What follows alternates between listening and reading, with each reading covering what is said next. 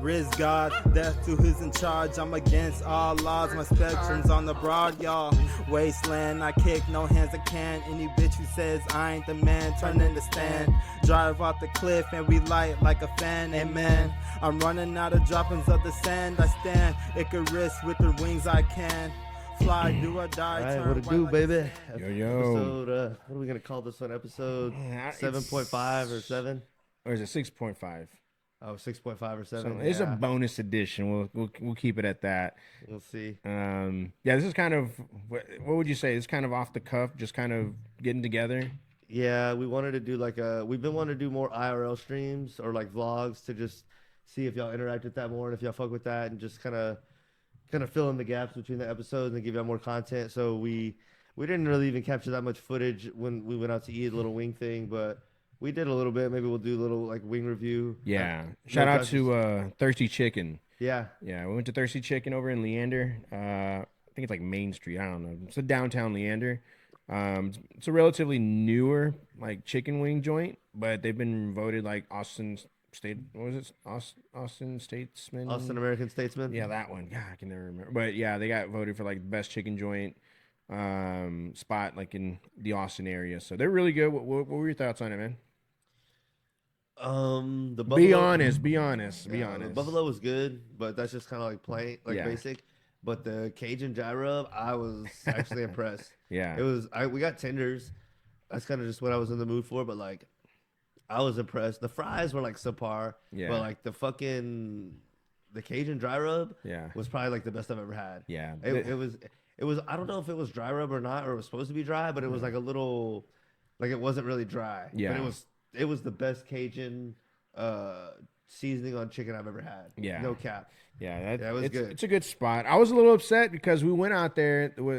It's like 40-something degrees, and they didn't have a heater on. They had like 4 of those propane like burners out there, and none of them were on, but they had the ceiling fan. So it was like, it was feeling 50, but now it's 45 because we got the ceiling fan out there.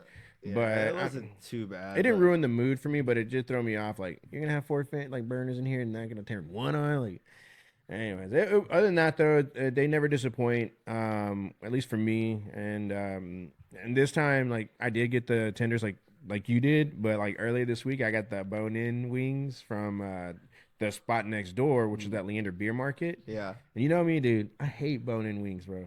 I hate them. I don't know why. I just those the ones you got look like they made them and then put the sauce on like after almost like it looked like well, here's the thing. That's the thing that I feel like tenders are like easier to do. Well, yeah, because I mean all you gotta do is just throw them in there. The chicken. My thing was this: like I was a little hesitant about putting the picture out there, but I'm like, if you're gonna bring me the food like this, then that means you have no issue with take, And for me, if I'm gonna be reviewing any kind of food or drink or anything like that, like I'm gonna give you 100% transparency. That's how I feel about vlogging too. It's like people like feel weird about you like video, and it is kind of I guess a little thing, but it's like this is public. Like you presenting this to the world anyway. Like I pay to be here, and like anyone could potentially pay to be here. So like you're presenting this to the world as your product. So are you ready to stand behind it or not? And those wings, the ones that look like they put the sauce on top, they were actually really good. So I wasn't disappointed at all. And plus the environment, everything's chill in that area. Leander Beer Market, I definitely recommend as well. It's actually right next to where we just had our wings at. But yeah, man, like I said, bones, dude, I feel like it's extra work. It is. You know what I mean? Yeah. It's almost like a crawfish. Like if the place has tenders, I like getting like the tenders with flavors. But if they have like boneless wings, which it's like, I'm not as like, I don't know. I'm not as eager for that. Like, but if like the tenders we got at this place were really good. Yeah. And they were seasoned well. Yeah. The wings are, like I said, it's really hard to mess up some wings. You really got to go out of your way. But there's so many places that do it now. You can see who. Yeah. Someone's got to rise to the top though. So. Yeah. Who's the wing king though? The Wing King, especially for like chains, is like just say Wingstop. Wingstop, yeah. Wingstop. I should have got the bone. Next time we should go to this place and I'll get the actual wings. Yeah, because they were really good. I'll be honest though, Wingstop, their fries are ass, bro. To me they make me they're thirsty. Special. They're what, sweet potato fries and sugar or something like that. It's like it's not your common fry, but to me I don't do backflips for it. Like I'll eat them. but I'm not gonna like them. Like I want some like the best fries that I can think of is like damn, I kind of like Hat Creek fries, the ones that we had earlier this week. The Hat Creek. You weren't feeling them, huh? No, they were okay. Yeah. I just don't know if they're my favorite. Yeah, but again, everybody has their own kind of unique twist on fries. But yeah, so what's been going on with you, man? We just recorded our first guest. Yeah. How was that, dude? It was different. It was different. It was, yeah, we learned like everything with this is our first month of fucking podcasting. You have some experience prior. How long did y'all do it on your other podcast? I think we did it for about 3 or 4 months. Okay, so you have that experience, but this is my first go round, and this is your first time in. So you did it for like 3 or 4 months, and how long ago was that again? Ooh, 2017.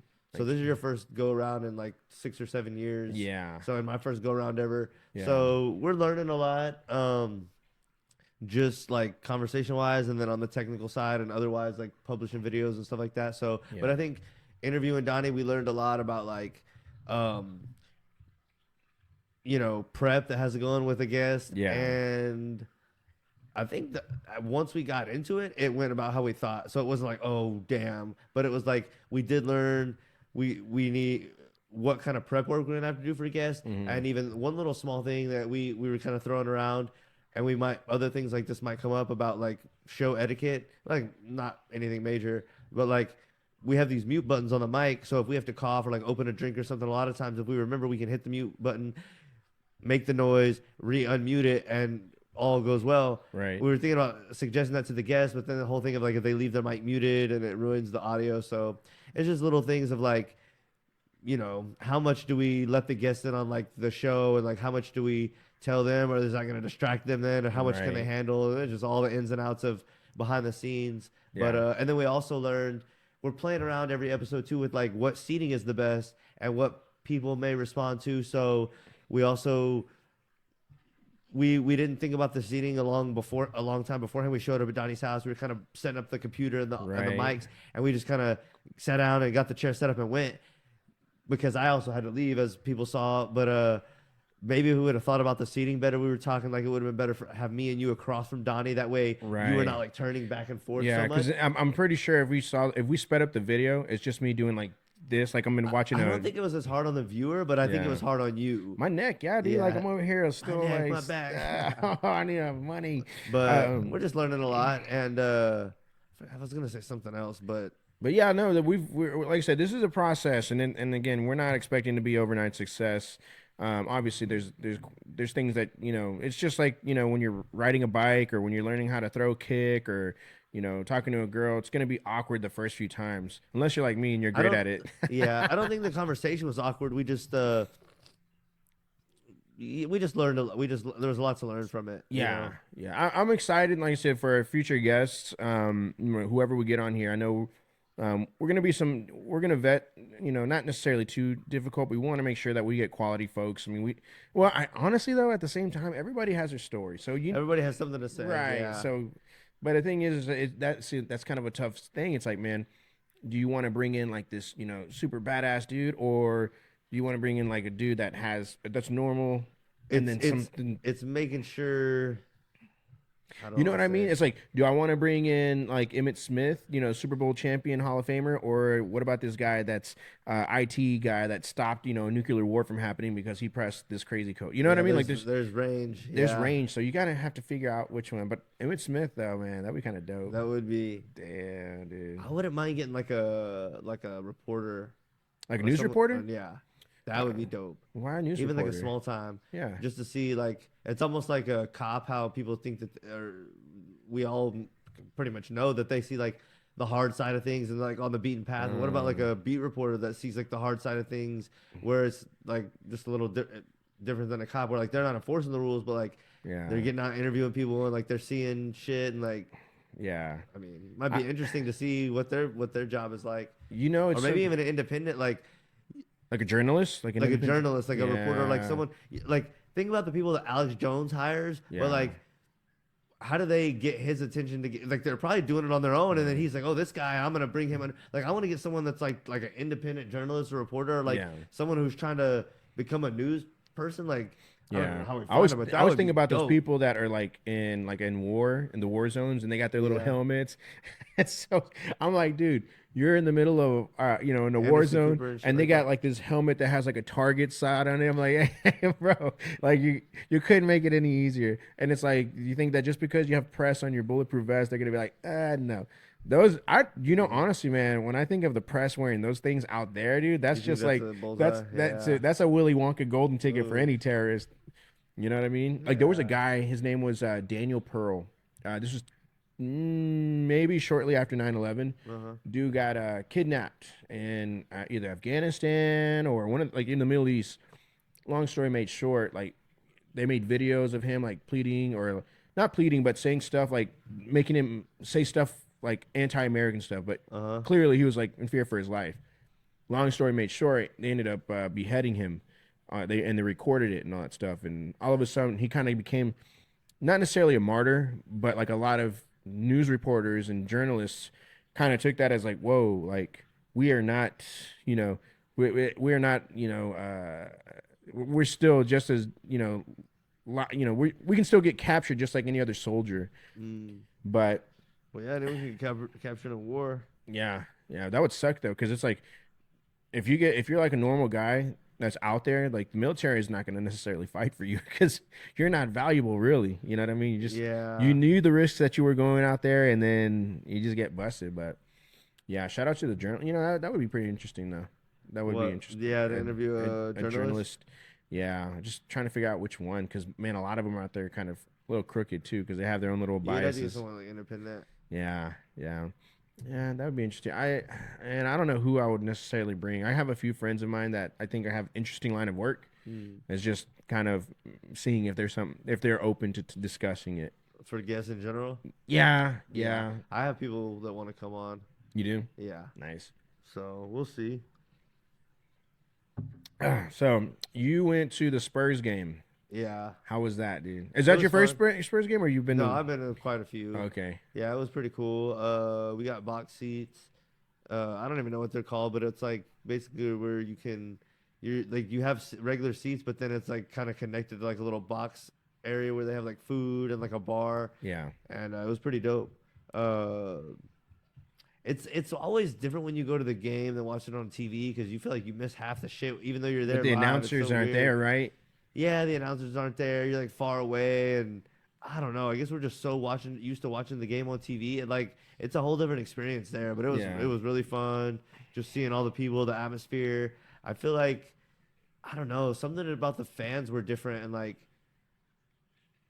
I don't remember what it even was, but I remember like something happened and more people cheered than in the past, and I was just thinking like, damn, something about the fans now seem like a little more like positive in some kind of unmeasurable way. It's almost like, I don't even know. It's like the old heads just had kind of like this, they were like setting their traditions, whether they're right or wrong. And I feel like new, younger people are more, maybe not a lot, but just a little bit more willing to be like a little bit more optimistic and open to change. And not a lot, but like a little.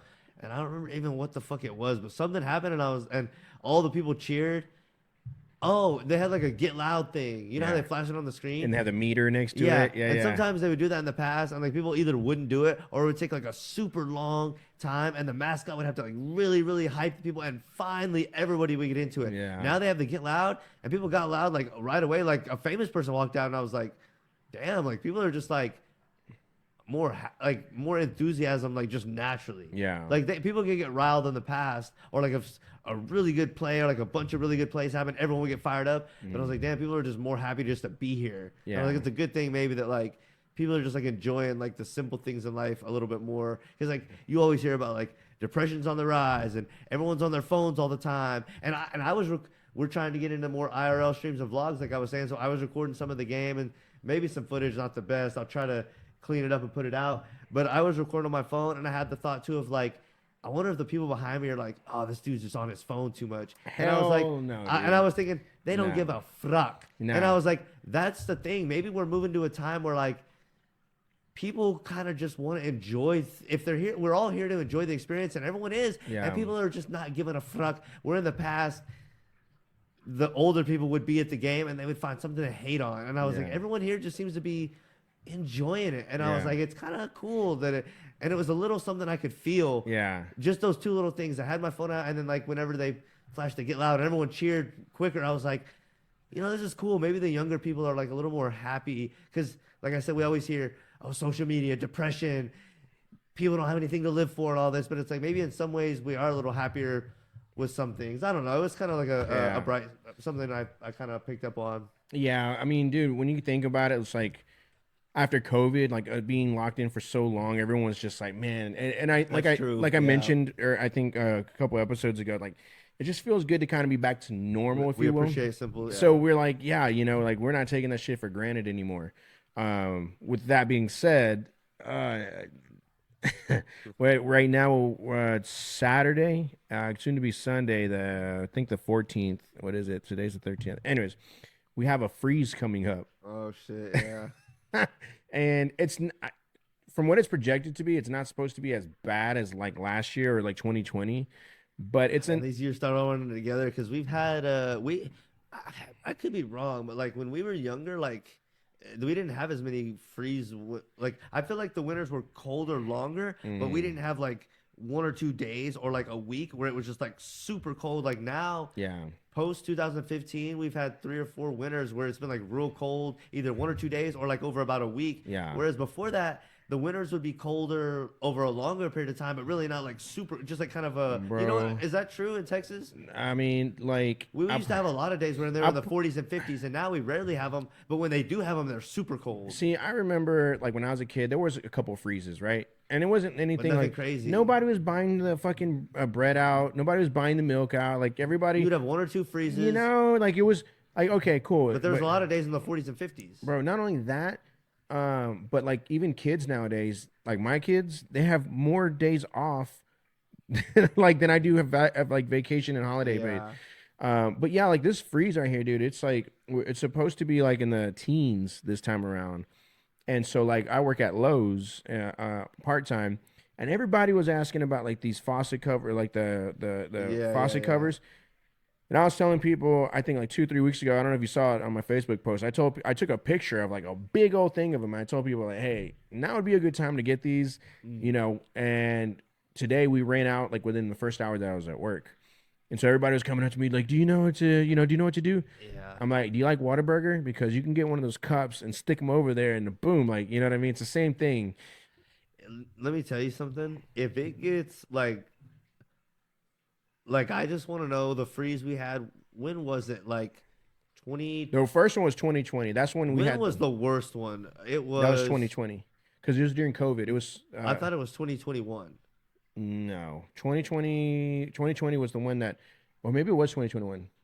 It may have been 2021. After like the winter of 2020, but ended spring of 2021. Right, so that was the worst one. 2021. Yeah. That one. I want to know how many people that use those little styrofoam things. Yeah. Like that didn't help, because my point being is those will help for like a light freeze. Yeah.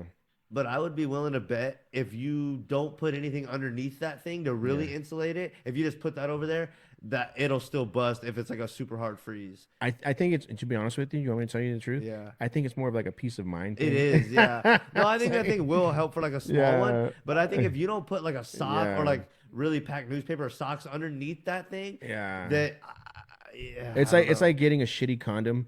And you're like, hopefully, and then you're like, I've had this thing for 6 months. My wallet, old clothes, like putting a bunch of old clothes, like the best thing, and just taping the shit out of it. You know, honestly, that's probably better than that because I mean, like clothes, you can layer it up and it's tight. Right. I mean, shit. When we're wearing clothes outside, I start to get hot, so I can imagine that. But yeah, dude, like I said, this freeze, man. Everybody, you know, if you bought 12 things of milk and 12 things of bread, I think for a hard freeze, it has to be below freezing for like over 24 hours, or it could be even 48. So like I'm just gonna Google that, what a hard freeze, because if it's not a hard freeze, you don't have to even worry about your pipes, and that's what most people don't even know. Yeah, well here's the thing though, it's like you can try, like you said before, but everybody's house is different, right? Some houses are just super old. Yeah, if your house is a 1920s build and you still haven't updated that thing, you might as well go ahead and just move out, because their house is gonna collapse. But yeah, like the thing is, like, and I feel like that's kind of like a peace of mind. It's like all right, my thing is secure. Whether it breaks or not, it's kind of like, well. A hard freeze is when the temperatures are below 24 for 2 hours or more. Oh, see, that's okay. So then, yeah, we fit that. What's that? That was my speaker. Oh, okay. Hopefully that won't fuck anything up. But yeah, so like I said, this freeze thing is, we've been through it like what twice now. It's almost kind of being a consistent thing now to the point where it's. It says much more common when the temperature dips below 20 for the pipes to bust. But it doesn't say for how long because I know the time plays into it. Well, it said 2 hours right there, right? Well, that other one said like a hard freeze was considered under 24 Fahrenheit for 2 hours. Yeah. And then this says it's common for pipes to bust when temperatures dip below 20. But I just wonder for how long. I guess 2 hours. Yeah. I mean, you got to think about it. If you put a soda in the freezer, for a couple hours, I think it's gonna bust. So it's saying under 24 because that's well below freezing. That's like over or 8 below. So it's saying 8 below freezing for 2 hours. Yeah. Have you ever left a soda in the freezer and it yeah. Bro, that's the most disappointing. Because you forget about it. You're like, all right, I'm gonna make sure it's just cold, and then you open it and just bust it all over. And you're like, fuck. Not only did I ruin my soda, but I gotta clean out all that shit that's in there. But I've done it before, and I'm just like, ugh, like don't do it. Just put it in the fridge, just like a normal person. I'm like, it's like when somebody's like, if I put a pizza in the oven, if it's supposed to be at 375, I'll crank it to 600 so that way it cooks twice as fast. It's like, no, you're gonna get some burnt shit. But yeah, man, the freeze, like I said, we'll see how it goes. I'm not really too worried about it because I've been prepared for it. Like I know what to do in this scenario. What? Break into my neighbor's house, take his shit because he's gone. I'm just kidding. Nah, my neighbor's cool as fuck. But nah, yeah, I mean, we got waters stocked up on. Oh, you got a fireplace? Yeah, we got a fireplace, and like I said, if we need to burn some shit, we can just use some of the kids' stuff. My CDs are not getting wasted. But yeah, we got a fireplace, which honestly we don't even use. We should, but I always feel like those things are real dangerous. You will if the power goes out. I don't know, man. I don't know. We'll see. I'm always like shit like that, dude. Like, I'm just nervous about it. I'm always seeing those. Fire going with a blunt lit. You won't catch me cold if I had a fireplace in my house, dude. If I ever get rich, I'm gonna have a fireplace in my house. Really? Oh yeah, fuck yeah, big and nice one. I've always seen those new modern ones that are like really long and they're like floating. Nothing crazy, but yeah. I'm gonna have a real one, not no gas one. Yeah. Yeah, those the fire ones are pretty cool, but you just got to make sure your thing's open, otherwise all that smoke's gonna be. Yeah. But yeah, man. So we got the freeze that's happening, and as far as like anything in the news, is there anything that you kind of wanted to talk about, or is some kind of mine? I want to talk about those Israelites climbing out of the New York sewers like a bunch of fucking rats. Oh, God, like the low down, dirty rats they are. Y'all ought to be ashamed of yourself digging tunnels and allegedly trafficking children and women and who knows what else. But it's not alleged. They had tunnels and there's video footage of them climbing out of the sewers like goddamn rats.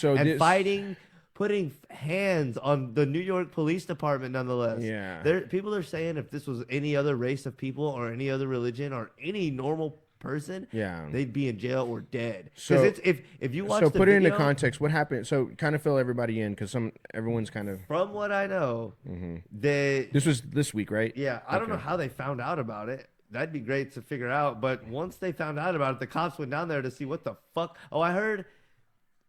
Again, I only know so much, but I heard that someone found out that this was going on, and they sent a cement truck down there to fill up the fucking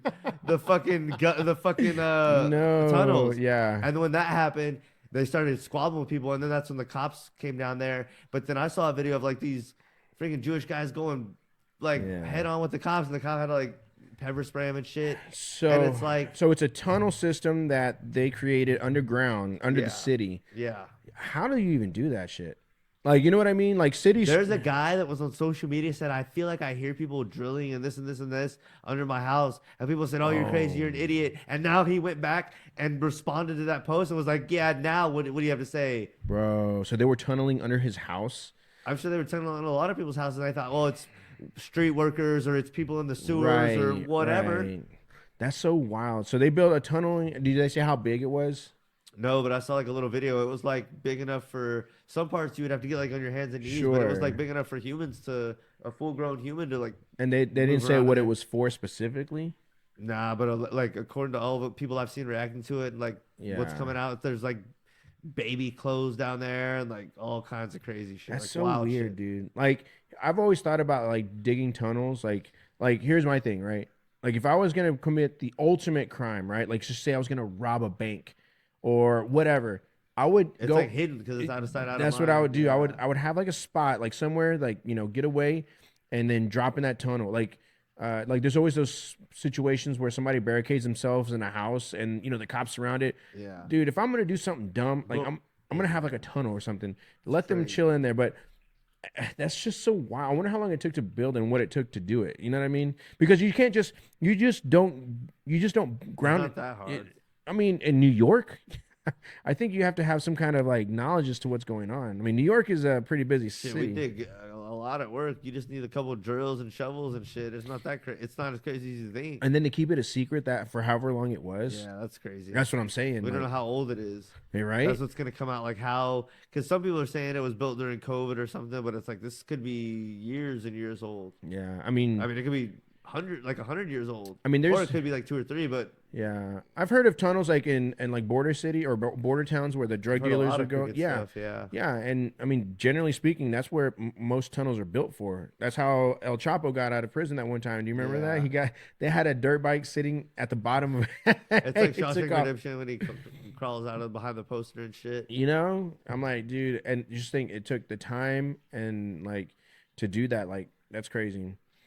I don't know, man. It's just why, like, when people are tie religion in it, we're less, like, we're more reluctant to, like, prosecute them or say they're wrong. It's like back in, like, I can't remember when it was. It was around 2010. I want to say it was around 2010. I can't remember exactly when. Maybe I'll try to link something in there. But it was saying, like, it was when there was a big thing in New England about, like, the Catholic priests doing, like, a lot of crooked shit. Right. And then, like, when it came out, I feel like it was just like a non-factor and like nothing stopped and like it's just like I don't know.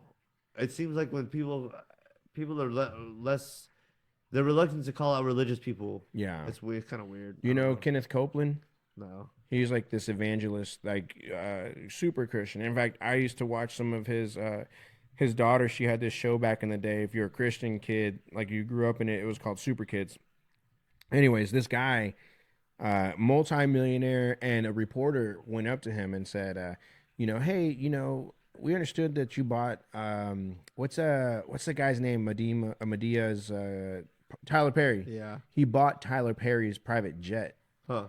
An evangelist. And the reason he said that was because he was like, I don't like sitting in airplanes where, all people are like full of demons and stuff like that. He was trying to justify the purchase, and it was like a $65 million jet. Like, yeah, do you really need that? You know what I mean? Like, and he was like, I can't travel to like multiple countries that, that I need to in order to spread the words. And it's like, bro, that's a $65 million jet. Yeah, do you know how like many? Joel Osteen. You've got him being like crooked so many times, they just keep forgiving him. It's like, dude. Well, you heard about that one time they found $65,000 in his bathroom at the church. Yeah, somebody busted out, and at his church specifically. They busted out like a bathroom wall, and there was $65,000 stashed there. Like, why did you hide it there? I think somebody was like pocketing it, like they were doing like offerings, and maybe they just put it there or whatever. But I mean, maybe somebody misplaced it. I don't know. So, $65,000. That's a lot of offerings. Yeah, that's a lot of lives you could change. It's also another, Lamborghini payment. Yeah. But yeah, but that's interesting though. Those tunnels, I wonder if there's going to be like a more thorough investigation on it rather than just kind of like, oh, it's just in the news and then it falls out to the next. Yeah, you're not going to hear anything about it. Yeah, that's interesting. Is there anything else that was kind of? No, it's interesting. That's how things are. There's never a resolution to anything anymore. Even Tate, what's happened with him? He's gone. He's gone in the wind. He had his splash in the pan, his 6 months of fame, and then he had his 6 months of infamy where everyone couldn't stand him and hated him, and now he's gone, and no one gives a fuck about him anymore. He's gone. Well, he made his money. He made his, but even the people that hated him and thought he's a rapist and all these things, he's gone. He's gone in the way. No one gives a fuck anymore. Yeah, I'm pretty sure he wouldn't mind keeping it that way. Maybe it is a good thing, like I was saying earlier. People are just not as negative anymore in general, and they just are more cheerful with life. Maybe it's a good thing, but at some point we have to have like a.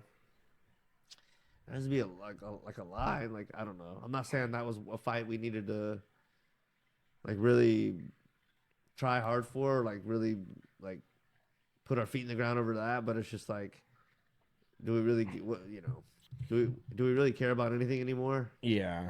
Well, I don't know. Like, so I was looking up one of the stories that I want to talk about was Keith Lee. I think this gentleman's name. He's like a very famous food review guy.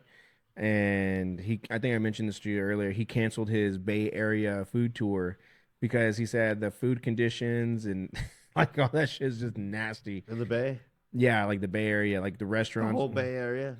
He canceled it. So who is that? Like, who's he calling out? The food inspector down there or what? He's calling out all the dirty ass restaurants that like are serving up nasty slop. I mean, here's the thing, like, and let's be honest. You won't go to one restaurant, even the high class ones. I'm sure. Well, I think he already did it. Like he went to a few, and they were just He's calling out a lot more than just the restaurants. He's calling out at that point, if you won't go to the finest restaurants, even the finest restaurants in a city, you're calling out like the whole fucking city and the health inspector and like. Well, that's not the health inspector. Well, like, your city sucks dick. The health inspector. Think about if someone's like, I'm not gonna go eat food in Austin. Yeah. Not even at nowhere. Yeah. But I mean, if you've gone to like 5 restaurants and they're all nasty, you're not gonna want to go to the next one. The whole fucking city, though. Hell yeah. How would you feel if someone said that about our city?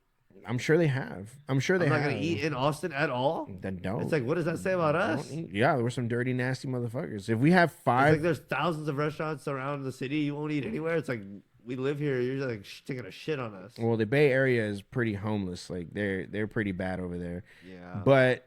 Yeah, no, I hear what you're saying, but here's the thing, right? It kind of does fall on the food inspector, but more so on the restaurant, right? Because they're the ones that's their establishment. People still eat there.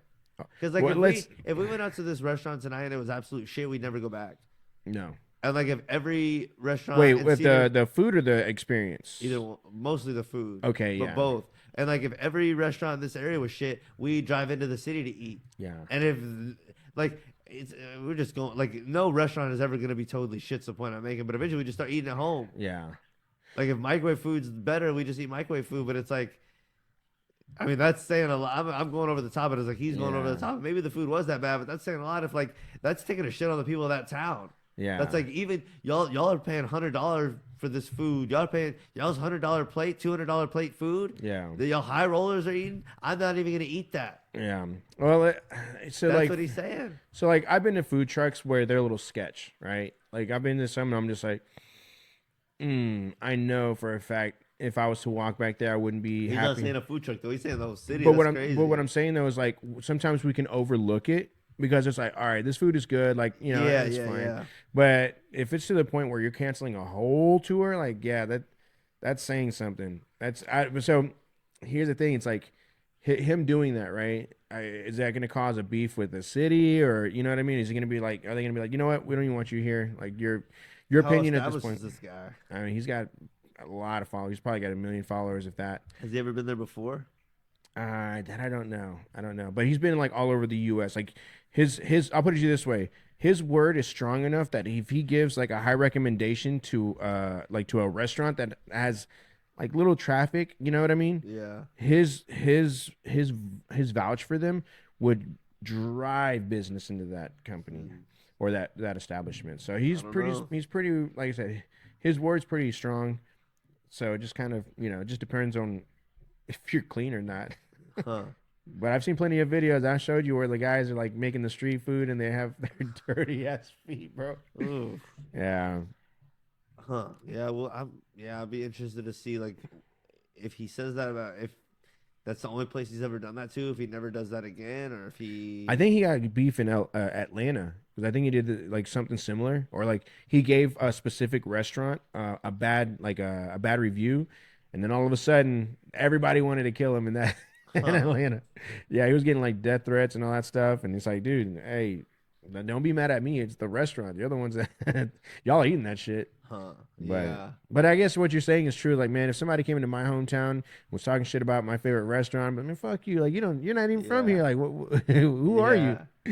Yeah, I can see where that comes from. Yeah.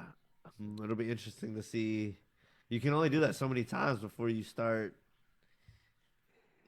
like, just fucking yourself. Because, I mean, I don't know, dude. Gordon Ramsay made a living off that shit, dude. yeah. Like Gordon Ramsay, dude. I've never met. But he would go to like small places that were doing bad. He wasn't going to like big, well-established places. Nah, he would get people to take pictures and then send it to him on Twitter. Oof. You ever seen that? No. He's like, how are you cooking behind prison walls? Like, like he would insult them like that.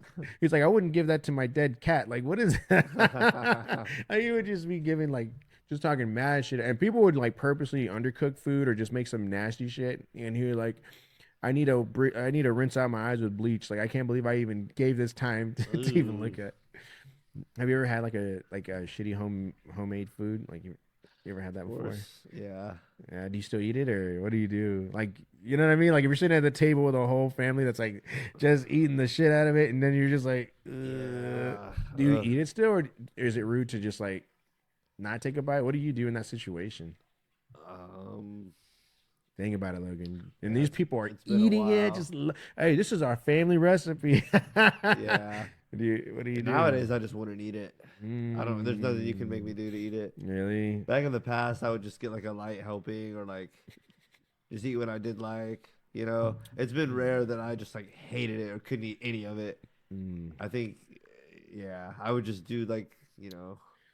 Like, let's just say you were on a date, right? And the girl, she's like, come over and this and that. She makes this food, and it's just like. Yeah, I just won't eat.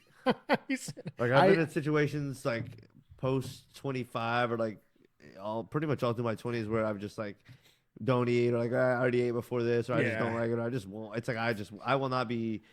You're not forced to eat. Forced to eat. You go to hell. Bro, I've eaten some shit that I'm just like. This is gonna make me sick. I already know it. Like, you know what I mean? Like, I ate a piece of chicken that I was like, I can still taste the game. Like, but yeah, there's some times where I've been like I remember when I was a kid, my mom would like try to take us to go eat at spots like Chinese restaurants. I'm like, I don't want to eat this stuff. And then I go to my friend's house and I'd be like, Mom, guess what I had? She's like, what? I was like, I had orange chicken and this and that. She's like, motherfucker, like I was trying to take you to go eat that. And now you want to?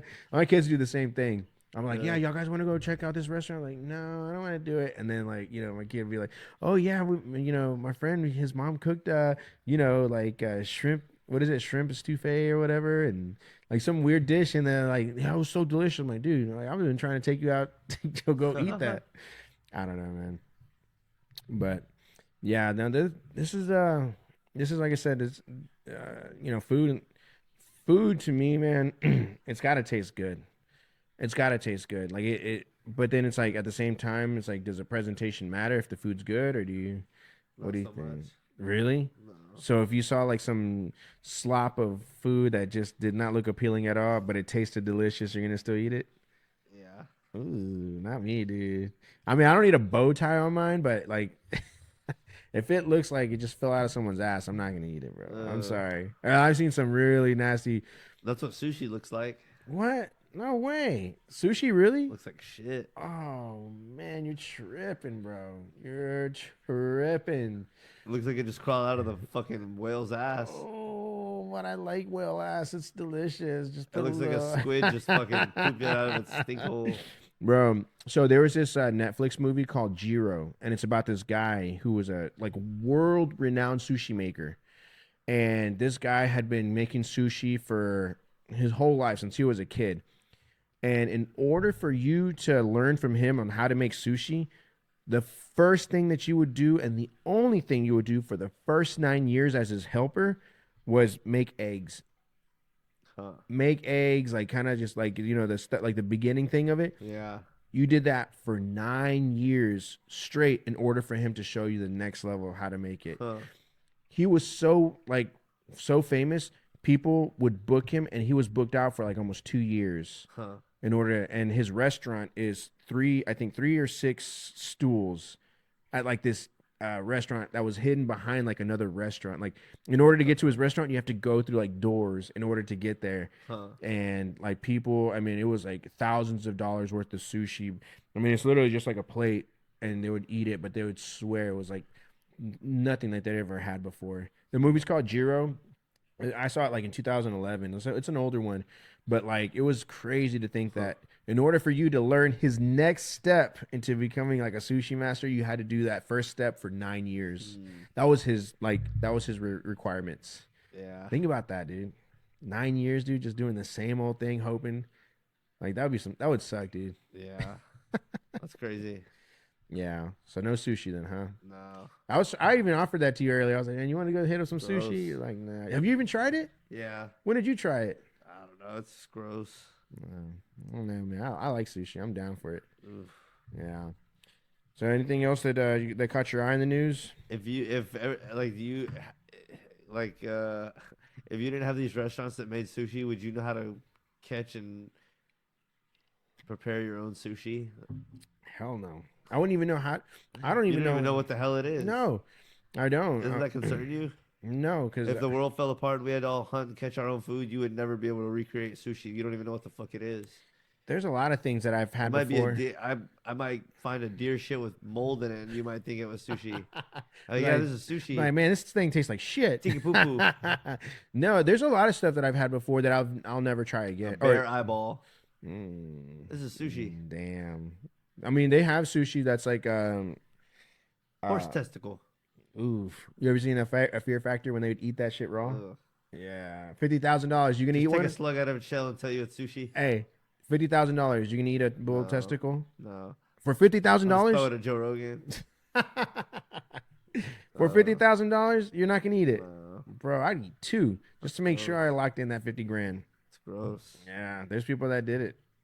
There's people that do it because that's the only food they have. A lot of things. There's people that's all they have though. Like, you know what I mean? They don't have a CC's Pizza down the street. Like they're out there. But yeah, no. So the other thing too I wanted to talk about was the Savannah Soto thing.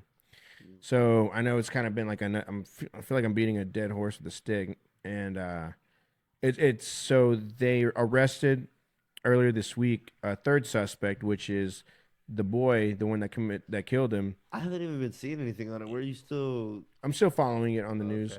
And so the boy's mother, actually I think it's his stepmother, was with the dad when they met up with him, and she was there tossing a towel.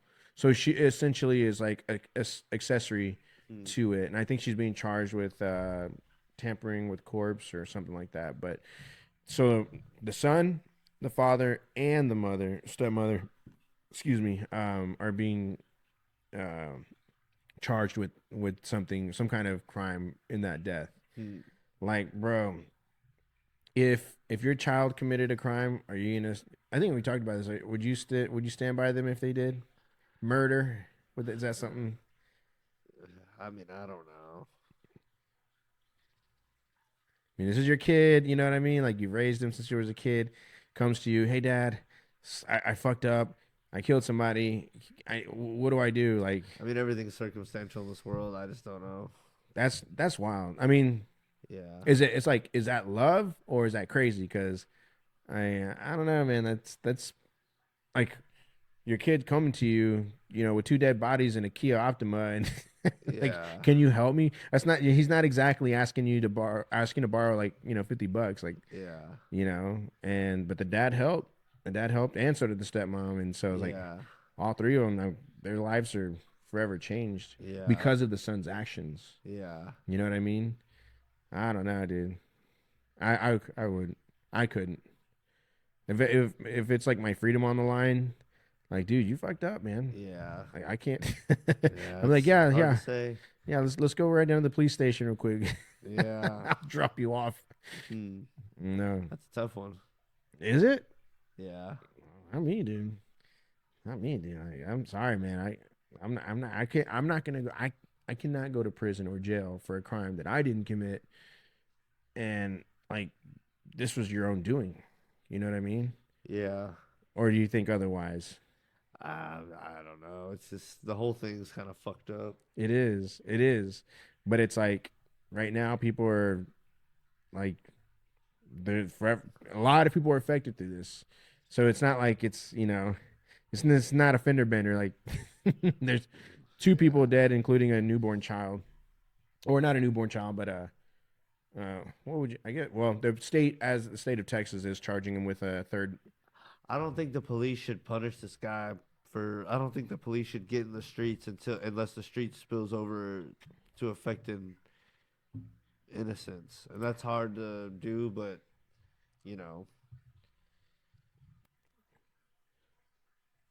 Bless you. But like, I don't know, this is a drug deal gone bad. I don't think anything should really happen to this guy. The murderer. Yeah.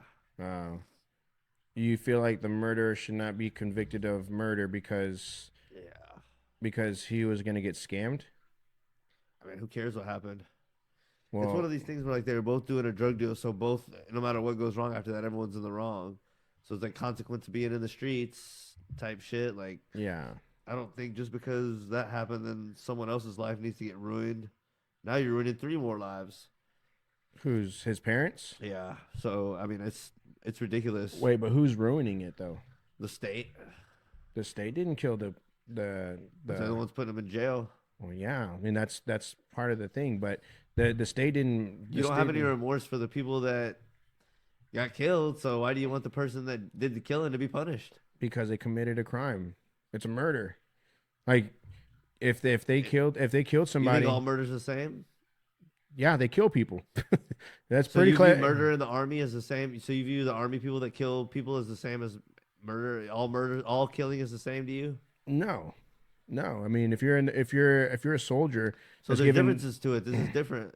Yeah, because one is committing. He didn't walk in a store and try to stick up the store and it went wrong, and then he killed the store person. It's like, this is a drug deal. It's all illegal. It's all in the streets. It's all bound to go wrong. Like, is it? Does it always go wrong? That's what you were saying the other day. Yeah, but does it always go wrong? You're like, the streets end up dead or in jail. Yeah, but does it all go wrong or no? No.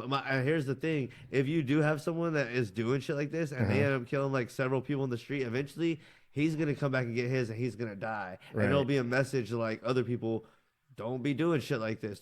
Like, in the end, if there was no government law, the people still handle shit the way people are gonna handle it. Right, but there is the law though, right? You said if there wasn't. Yeah, I don't always agree with the laws though. I didn't either, but it's there it's there though, right? I mean, yeah.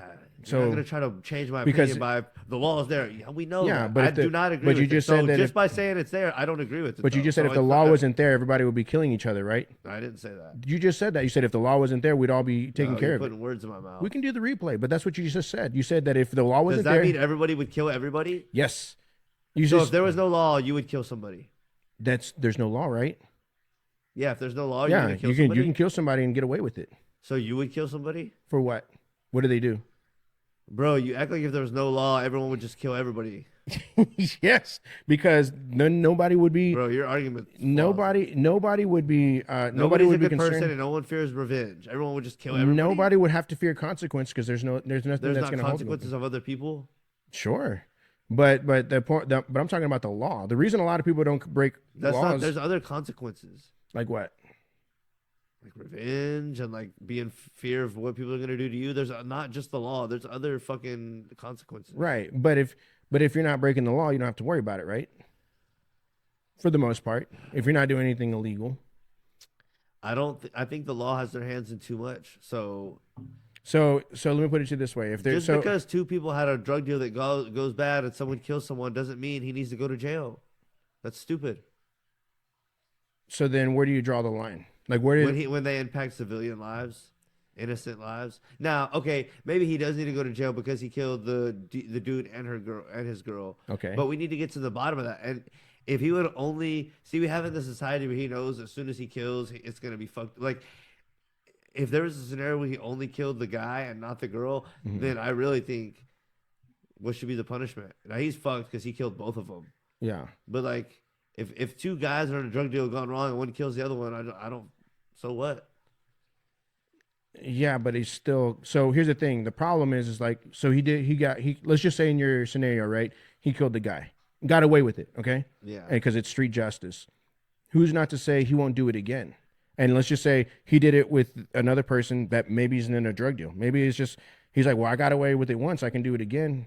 Nothing's gonna stop him because there there's are no people that do consequences. kill and get away with it. Sure, but eventually it catches up, though. Not always. Not always, but for the most part, it does. But and the thing is, it's like a lot of people that, well, I shouldn't say a lot of people, but most of the times when people are committing murder, it's like, is there a reason behind it? Sure, like there, but then other times there's like some people just murder for no reason. It's just it's for the thrill of it. Do those people? What do you think? Should they not go to jail? I'm not totally against it. He can have his punishment, and then his parents. I would be more interested to see like how much time they get. Well, this is a high profile case, and on top of that, their son's getting charged with capital murder. So that's like the extreme. They're already older anyways. So even if they got like a 20-year sentence, that's pretty much kind of a life sentence, if you will. They, like I said, I earlier you and I spoke about this, and I said I don't necessarily have so much remorse because his girlfriend at the time was pregnant, and the father or her boyfriend, they were on the way to the hospital, right? And he was already kind of in the streets. She knew it. Everyone in the family knew it. His dad knew it. Everybody knew this. And for some odd reason, he decided that this little drug deal was more of a top priority than taking his girlfriend to the hospital. She went along with it. Now, I don't know if she went along willingly. She could have just said, please just take me to the hospital. I don't have time for this. We'll never know. But she knew in advance that he was already in the streets like that. So I don't know. But what I get upset about was that was such a priority over. He could have taken her to the hospital, get her dropped off. Hey, babe, I'm going to go do this real quick. I'll be back. If he had got killed, okay, hey, charges to the game, whatever, right? Your scenario plays out. Nobody knows. Nobody cares because the girl's not involved. Yeah.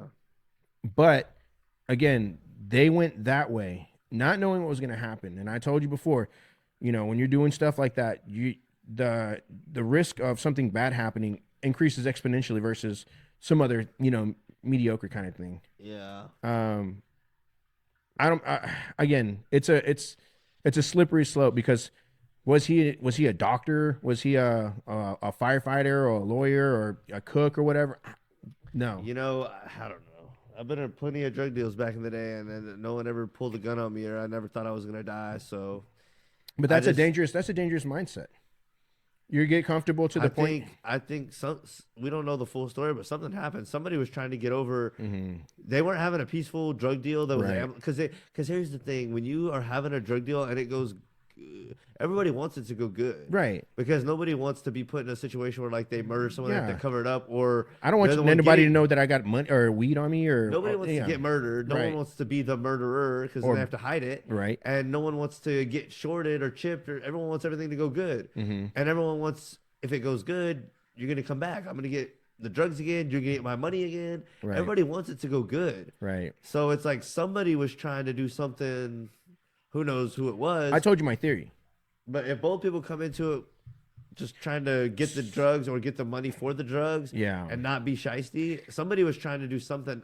So my theory was this, and I told you this last time, was that so both Savannah Soto and her boyfriend were both shot in the back of the head. And so what I'm thinking has happened, and again, the thing is, the people in the area. He was shot in the back of the head, but somebody said he was in the back seat of the car. Well, he got dropped off. That's what they found the car. That's how they found him in the car. But what I'm saying is, what I'm thinking is this, because nobody heard the gunshot. So what I think happened was they pulled up to his house because that's where they met up.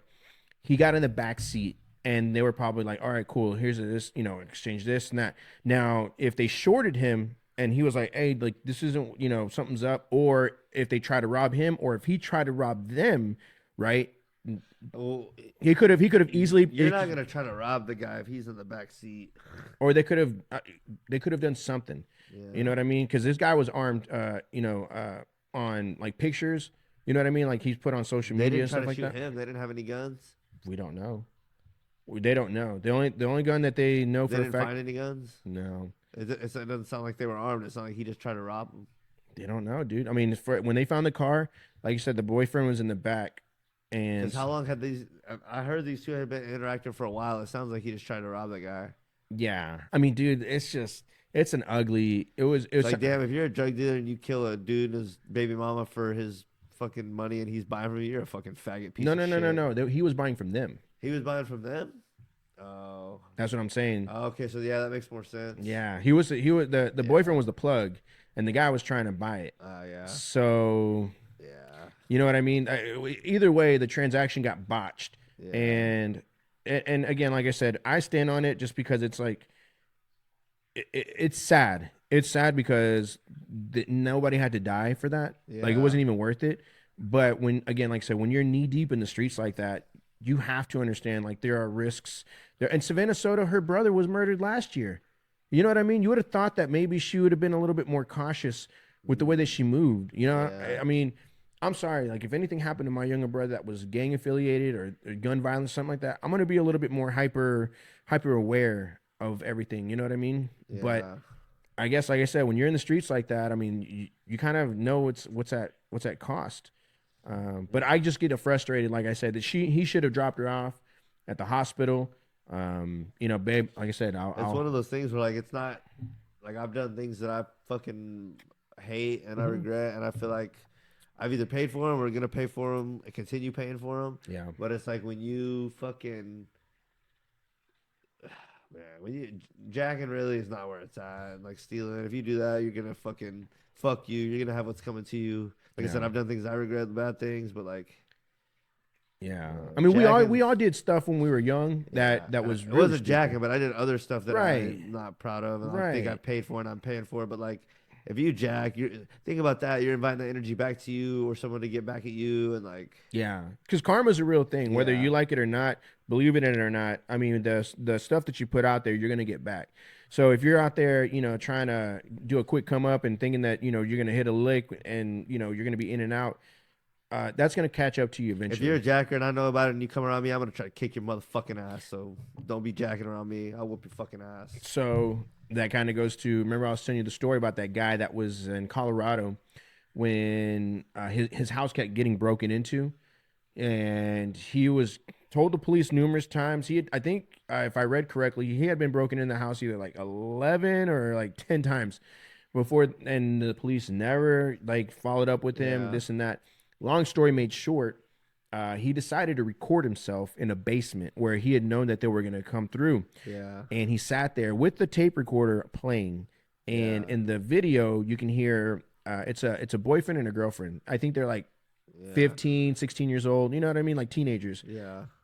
And he waits for them. And he waits for about an hour or so. And then finally, when they come in, he shoots the boy first, kills him. And I think he shoots him in the chest, then shoots him in the head. And then the girl came down. She's like, you know, looking for him, like, hey, you know, da-da-da. And then the guy shoots her. And you can hear her like, oh, like she was like, when she got hit, she was like, oh, like, and he was like, gotcha. You know, like he was taunting her before, you know, he shot her 4 more times before he ended up killing her.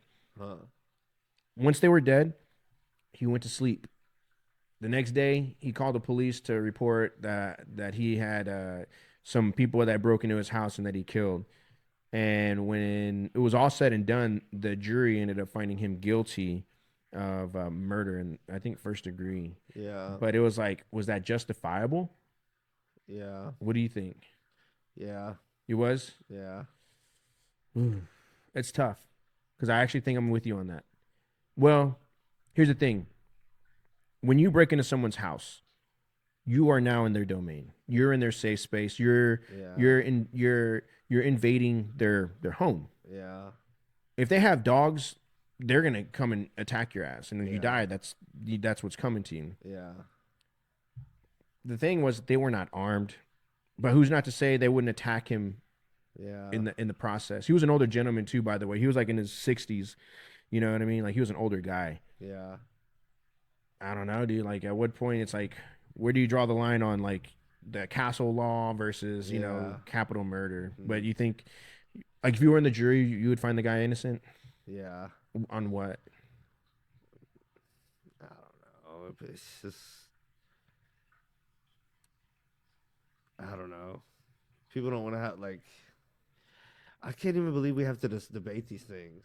That's the world we live in, brother. Like, I know we live in a world where everyone's just a retard. Yeah, well. Okay, then I'll just break into your house and you can't kill me and I can do whatever I want. Yeah. Yeah. I mean, there's been people that have been charged. I'll break into my house and rape your wife. What are you gonna do to stop me? Yeah. Anything you do will be used against you in court. Yeah. I mean, this is ridiculous. Yeah. Everything's just fucking stupid as fuck. Everyone's a fucking retard. No one wants to hear the truth. It's like it's depressing. Yeah. It's like, bro, let there be another COVID or another national emergency. Y'all are gonna see some shit. Y'all think the anti-vaxxers were unreasonable last time. Let there be some more shit pop off. The people, it doesn't have to be health related. Let there be some more shit pop off. The people that y'all thought were unreasonable last time were calm and collected, and this time they're not gonna be like that. So y'all just thought shit was sweet last time. Yeah. I think I'm more amped up this time, and like, bro, that shit's so fucking far from reality. I'm ready for the shit to hit. So it's gonna have their head spinning so fast. If they drop an EMP or a nuke and we lose power to the internet, people are gonna die off of shock.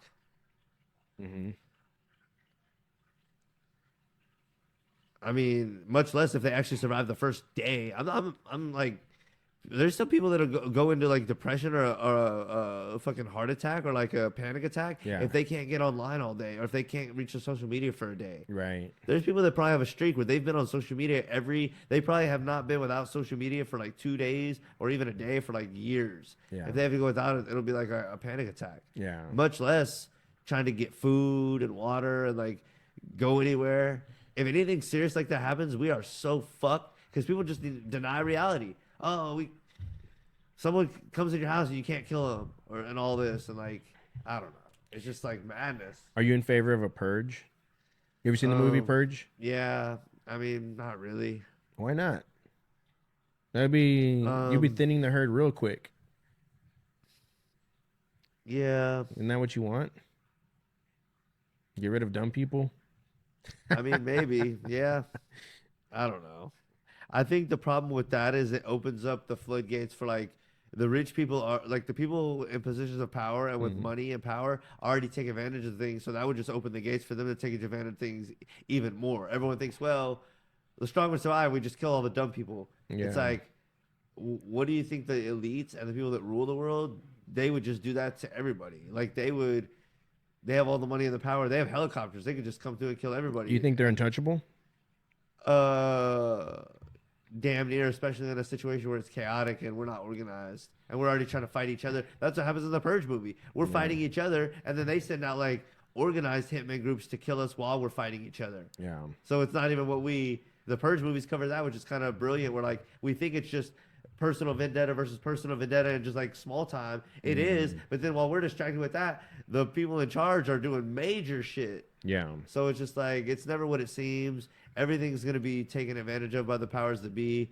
But like at some point, there is going to be, I think there is, hopefully, and this might even be rose-colored glasses, but at some point there's going to have to be a rubber meets the road situation where like, you can't deny the truth anymore. And like you're going to have to accept reality. And hopefully when that happens, the people that are hoarding all the power will be the power will be stripped from them. But that might just be wishful thinking. But at some point, if something bad enough happened, that would be the hope. Yeah, I don't know, dude. I mean, if we went into an all-out civil war, which, I mean, it almost kind of seems like that's what it would take for us to kind of get back to where we needed to be, right? It would be so one-sided, I think. It would just not even be fair. Yeah, don't you think the people at the top would control everything? They already do. They kind of do. They even have controlled opposition. Like, it's hard to even know when there's people that are like conspiracy theorists or like people that are searching for like the truth. It's hard to even know if they're genuine anymore because like so many of them are co-opted by the government to be like a fake. Like Alex Jones is a fake. He's like a government psyop. So like if you start looking into conspiracies, the first thing you find is him, and he's like a raging idiot that's like not well put together, and he does like ad hominem attacks, and he gets all like. That sounds like a few of our coworkers. Yeah, but like it's they do that on purpose so that it's harder for you to find someone that's really spreading the real truth. You find him first before you would ever find anyone else. Yeah. What's the truth, though? You know what I mean? Like, if somebody was to say, like, well, there's only one truth, so. But that's what I'm saying. Like, what is it? Because we all about what? That's what I'm asking. Like, what is the truth? Like, what? Like, you're saying the truth and this and that. Like, what is the truth? The reality, right? But does everyone? There's only one reality. I get that point, but there's a truth about different topics. Like, but why? How high can men jump? There's a one truth about like. There's a range, and there's a truth in that range. And right. How often does it rain? Okay, there's a truth to that. There's like different answers, but there's one truth to everything, and there can be a range to stuff. Right. But to say what is truth? It's like for most things, we pretty well damn know. Yeah, but I mean, like what would be like specific wise when you're like, when I know about the truth, like, are you talking about like? And then there becomes new types of the truth. So like for a while, can men fly? No, was the truth. And then at one point, we developed technology where we can fly in airplanes. Right. So the truth became, yes, we can fly in airplanes. Right. And there's like exceptions to the truth, and the truth might shift a little bit how that did, and that's because of the technology. But men without technology cannot fly. So that truth has remained the same. The truth, men without technology cannot fly. No, it's always been no. So are you saying that truth can be altered, but like... I mean, it kind of shifted a little bit, right? But like the base truth of can we fly without technology is still no. Right. So like the truth has always been the truth. Can men fly? We had to add a caveat without technology, but it's still, we can't fly. Right. So it's like the truth is kind of always the truth. Right. It might change a little bit. There might be little caveats. We might learn more caveats to the truth, but by and large, it's pretty much the truth. There's only one truth. Yeah. I guess, like I said, it just kind of depends on what you're talking about.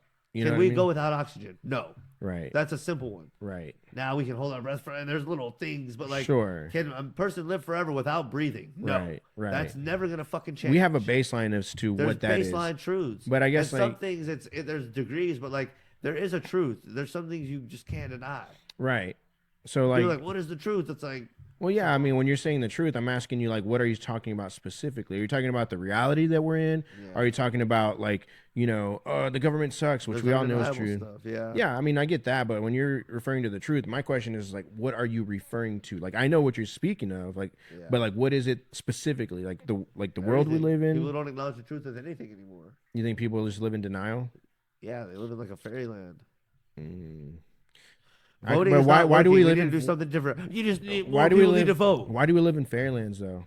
What do you think? Why do you think people live in like wear rose-colored glasses? Like, why do you think that is? Is it because? I think part of it is because everything is not compartmentalized, but like everything is like specialized.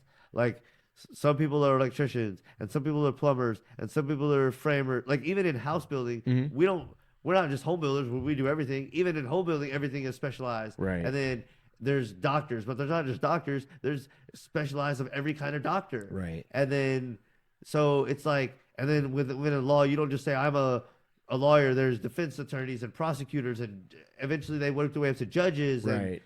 And there's these lawyers have like their legal team so like everything is super specialized. So we no longer have a realistic view or a healthy view of how hard and just we're a little out of touch with reality and how hard reality is, because so many things are done for us. We know how hard our one thing is, right? But then we think everything else is just easy because it's all we know electric is hard and we do it all day, but then everything else just comes to us easy, so we just think everything else is easy, right? And so we're out of touch with life. And like if that's why I always say if things went back to if we get hit with a nuke or EMP and we had to defend everything for ourselves, we would realize how hard everything is. Just to have a shelter and build a fire and get food for your family would take like all day. Yeah. And like all these things are very hard. If things went back to that, like we would we're so out of touch with reality because, like I said, we do one specific thing and then everything else is given to us because everyone does their specific thing. And then because we have a system that works good, but it has a negative effect, and that effect is we're out of touch with reality. And if we had to hunt and kill and ride a goddamn horse to town and fucking preserve our meats through the winter and have a garden and all these things, we would be different. Most people, like, they have a fucking dog that they think is part of their family. That's like that they like. But when is the last time people have touched an animal that wasn't like their house pet, right? Or at the zoo? It's like never. And most people don't even ever go to the zoo. It's like if you had to touch and get on and ride a horse, people would. Most people, that's like that's like. Well, people pay to do that now. They pay to do it, or it's like the thought of an alien. They're like a horse, like they'd rather interact with an alien. Ooh, alien, like a horse, like what the fuck? It's like, you don't think interacting with an alien would be like way better than riding a horse? I mean, I'm sure. Well, my point is like, it's just, people are just like we just don't even know like. But do people have to go to that extreme though to go through a struggle though? I mean, some people I think are already kind of struggling so as out it of touch is. with things, bro. I don't disagree with you, but I don't think the end of the world needs healthy. to happen. I don't think the end of the world needs to happen so for that far to from happen. reality, it's gonna take something drastic like that. Most people can't even remember the last time they walked barefoot on the ground. Yeah. Well, most crazy. Yeah, no, I agree with you. I think there was a video or a documentary. I think I sent it to you about grounding with your bare feet. Yeah. And it's true. Like everyone, with the shoes that people wear, it's made out of rubber, and it's like it disconnects you from the earth. And so, there's actual like natural healing abilities from the earth if you actually. Here's the thing: we only live to be like less than 100 years old. 100 years ago, within the past 100 years, we've had all the wars in the Middle East, which a lot of people will say they're not related, but if you're in America and you haven't been part of it, they all fucking seem related. I'm gonna be honest. To me, someone who's grown up, I remember everything since 2000, but I wasn't part of it. They all fucking seem related because they were all in the Middle East and they all were against people that their culture is alike to me. They all wear, I mean, this is probably racist and prejudice, but bro, they all wear some kind of, I don't want to be like racist or like whatever I know it's going to be, but like they all wear something on their head. Like not a hoodie. They all wear a towel or a rag on their head. Like a turban. Head. A turban. They all wear whatever you want to call it on their head.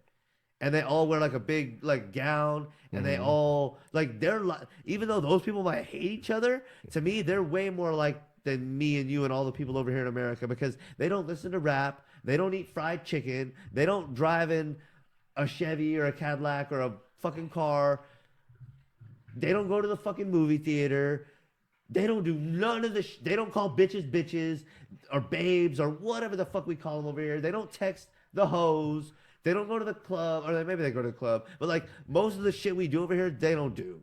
So like when we say we're fighting people in the Middle East, even though it's different reasons to me, that shit's all the same. And so I don't remember what I was going at to say that, but like, what was I saying at the start of that? Like, I mean, we think. I guess I don't know. I was saying that's like we don't even think war can happen over here, but it's like in the past 100 years we've had 2 world wars, and then we've been fighting over the Middle East for 20 years, and it all seems pretty continuous and pretty somewhat related to an outsider. Yeah, we've been fighting so much, people just think there's no such thing as war. It's been hundreds of years. The way we act over here in America and the way we're so privileged, you would think it's been hundreds of years since there's been a war in the world. And that we've never been in battles and nothing's ever hard. And that it's like, no, like, not like the civil rights era was in what, the 70s and 80s? 60s. The 60s. Okay, I'm stupid. But like in the past 100 years, like a lot of serious, hectic, fucking crazy shit has happened. And now, just because it's been relatively safe over here for the past 20 or 30 years, we're like, you know what? We act like so spoiled, like nothing can ever go wrong. And on Fresh and Fit the other day, they were talking about war, and they're like, oh, war could never happen. It's like there's a war going on in Ukraine and Russia. There's a war going on in Israel. It's like, and Myron was saying, we're on the brink of World War III. If a war pops off, and we think just because it hasn't happened in the last 20 years, but in the last 100 years, which is really short in a human lifespan, right? Tons of bad shit and hectic shit has happened. The Cold War, World War I, World War II, the Great Depression, the Civil Rights Movement, which was terrible for the black people, all these terrible things, the thing with Castro, like not to mention outside of the U.S., all these other bad things, it's like bad shit happens, and we just think it's been sweet for 20 years here, so nothing bad will happen. You could not be more wrong. And we're so primed because we think it won't happen, where it's going to be that much more devastating when it does happen. You know, there's a world outside of Barney and Elmo and Bebop and whatever the fuck you're watching on your tablet. So when 9/11 had happened, I remember as a kid, and I think I told you this before, I was like in 8th grade, 7th, probably I think it was 7th or 8th grade. Like after 9/11 had happened, there was so much unity amongst Americans.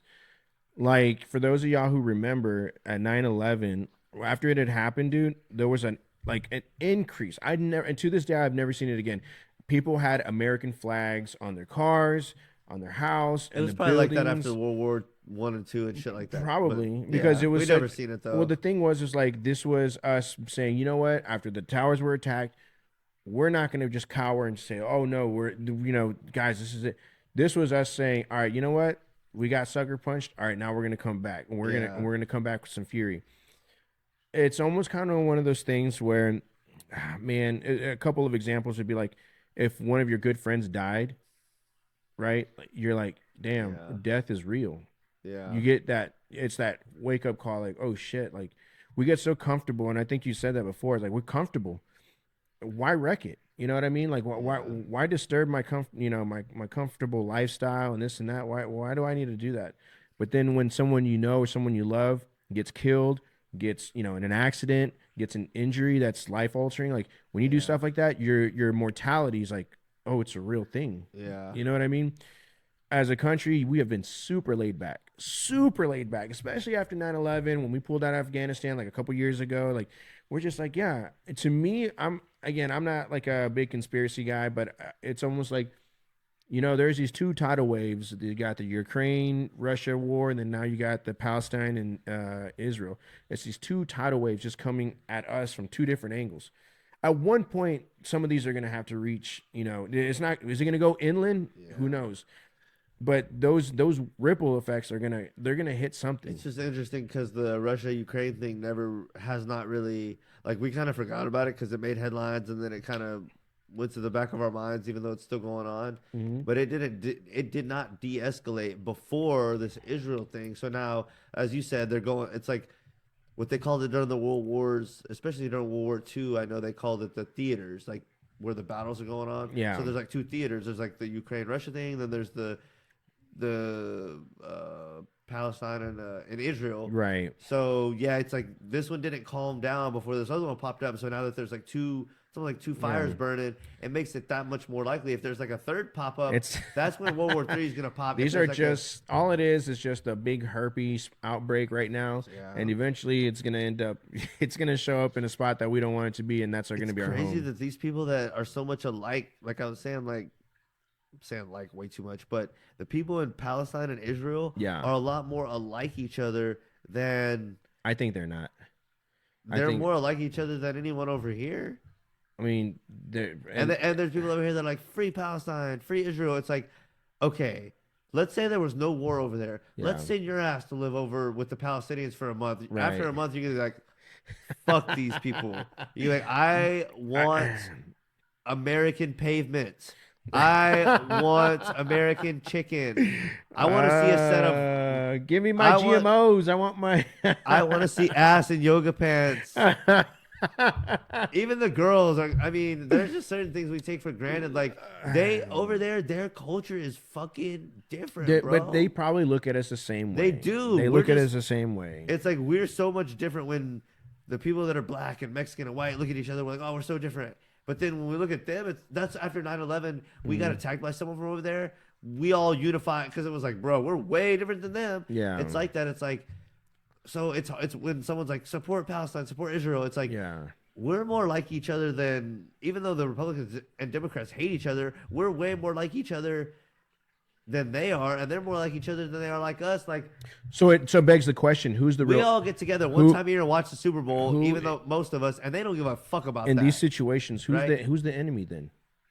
Who's the real enemy? That's my point. Yeah. It's like they are fighting each other. Why? Y'all are just a fucking It's like that Spider-Man meme. Like y'all play. Yeah, it's like the Republicans and Democrats hate each other, but when Yeah. the Super Bowl's on, even people that don't really like football are like, I'll watch it because like everyone likes it, and I understand it's like a pop culture thing. It's a pastime. It's a pastime, and even they're like, it's something we can all just get together and enjoy. Yeah. And even if you don't like the Super Bowl, we like as Americans to just get together, and everyone likes to get together, but we can get together around sports, and even if we don't enjoy the thing, we still enjoy some parts of it. We find something about it we can like. Yeah. Regardless of race and all that stuff. They would hate it. Yeah. They would hate it. They get together and find common ground over other stuff. But and the fact that here's what I'm thinking too is like the fact that they're fighting over a piece of land, I feel like maybe not in the past in this country, but like I feel like modern day in this country, which is kind of what I was alluding to earlier, like one of the good parts of us now, we're like more lighthearted. I feel like maybe not our government, but like our people, we don't care about like a specific piece of land and like this land is God says this is our land, because that's what they're doing. Like God says I kind of feel different on that. People want the most valuable land, but they don't think it's God's land to them. Well, that's what they think. So, like for instance, like when you're talking about like piece of land, like for the longest time, like people were saying like the Native Americans should have gotten their land back. Yeah, that's not happening. It's weird. Yeah, but no one said this is God gave us this land and we deserve it. I don't know. America said manifest destiny, which is kind of like that, but they basically just said we're manifest destiny or stealing people's land. That's basically what that is. Yeah, I mean, I don't know. I mean, here's the thing. It's a fine line there. I'll be honest with you, and I've told you this before. I'm very ignorant when it comes to the Israel and Palestine thing. Like, again, they've killed so many of each other. Like, I don't know. Like I said, I don't know who the real enemy is. And me as an American, and I said this before, the focus should really be on here. I mean, we're in our own shit. You know what I mean? It's like one of those. You ever heard that saying? Like, if you sit on the toilet long enough, your shit doesn't stink. Yeah, that's fucking true. Like, I feel like that's what happens here. It's like sometimes we get, like you said, we get too comfortable. We don't want to mess up our fantasy land and this and that. And there's some ugly truth that we just do not want to admit. You know what I mean? But it just kind of depends on what it is that you're. It's only a problem when it's inconveniencing you, though, right? And you can only ignore the truth for so long. So you can ignore it for a while, but the longer you ignore it, the worse it is, and then eventually it's going to come back. So that's going to happen here. We're ignoring it for longer and longer, and like social media and technology is making that easy. Really, social media and technology has let the truth spread easier, but it's also at the same time made it easier for you to if you don't look for it, you can bury your head and avoid the truth. And like a lot of people have chosen to do that, but that's going to end up. I'm not sure what happens after life, but if at some point there's going to be a big break where the truth is going to have to be faced, and if that happens when you're alive and you haven't been and you have been having your head in the sand, it's going to be a harder snap back to reality. And I even think that if you don't reach a certain level of spirituality and like growth, I feel like you have to come back. So this world's getting worse and worse, and the truth's we're getting further and further from the truth, and eventually that snap's gonna happen where you have to face the truth.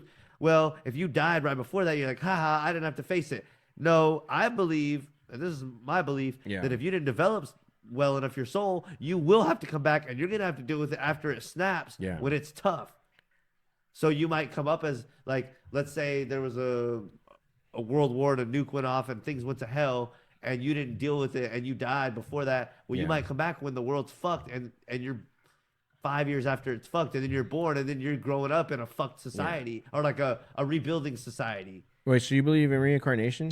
Yeah. I don't think you live one time and then you go to heaven or hell.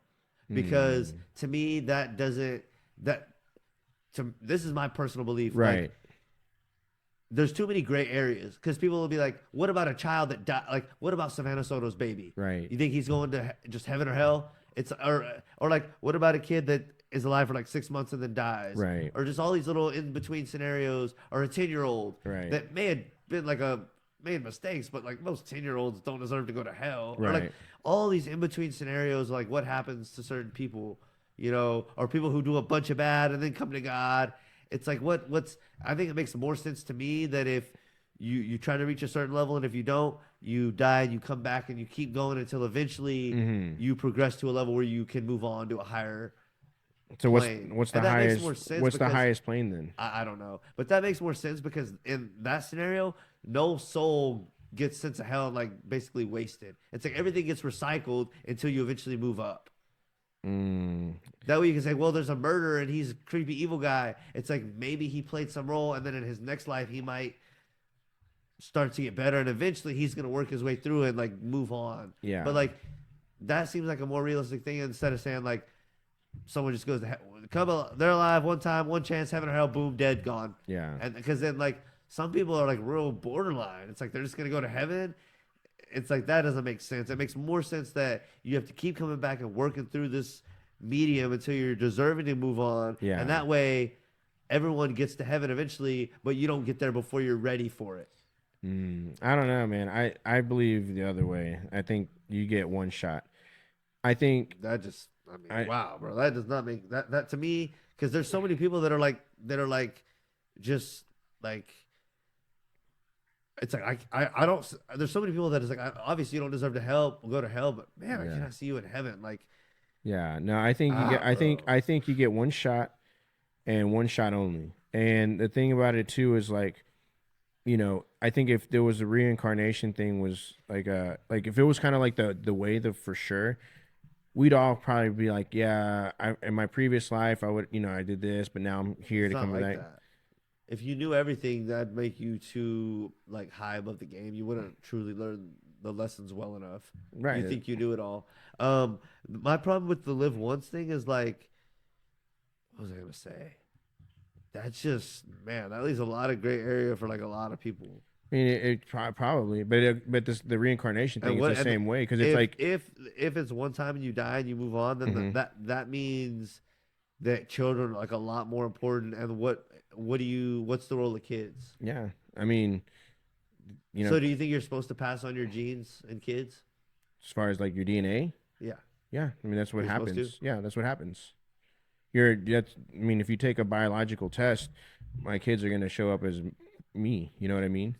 But I think here's the thing. It's like you live once, and the only reason I say it is because I don't remember even if I was alive before then. It didn't happen. What's that? That doesn't mean it didn't happen. Right, but what I'm saying though is like, you know, to me, in my personal opinion, it's like I don't remember anything from prior. Now, whether that was on purpose or not, I don't.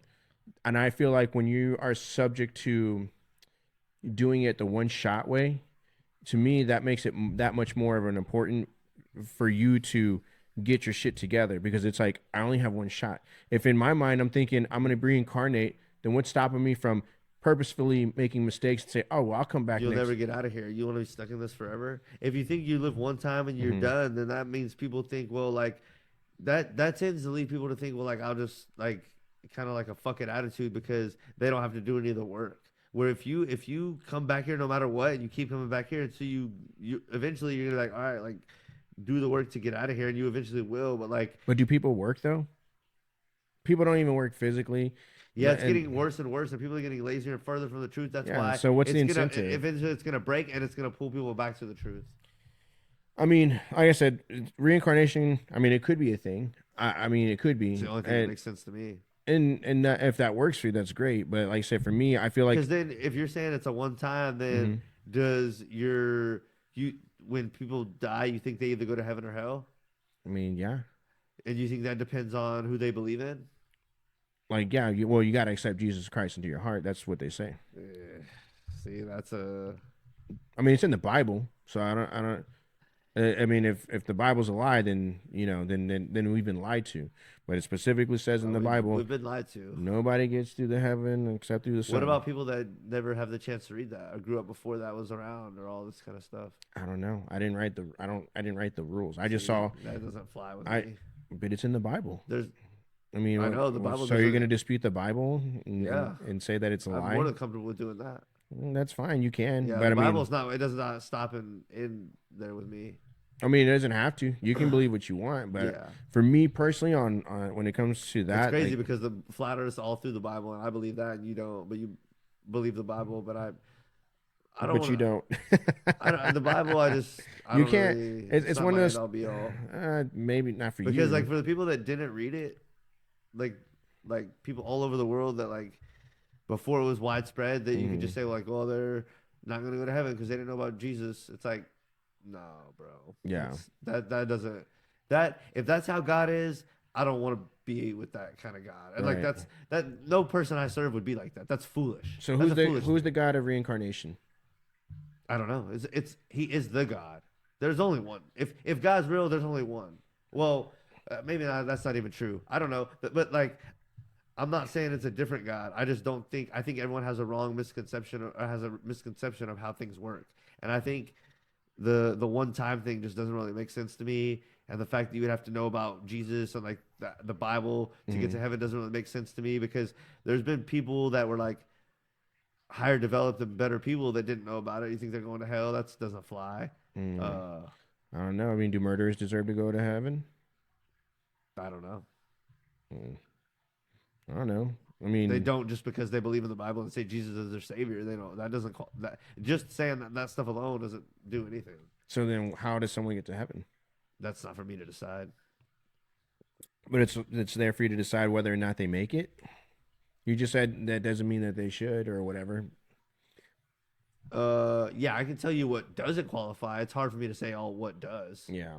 It's easier for me to say this thing doesn't, this thing doesn't, this thing doesn't. My thing Maybe is not like everything, but like it's my thing again. Like I said, with the reincarnation, it just to me, I feel like people, if that was the absolute truth. Why are some people so dumb and so hard to evolve spiritually or even come to God, if you want to see it that way?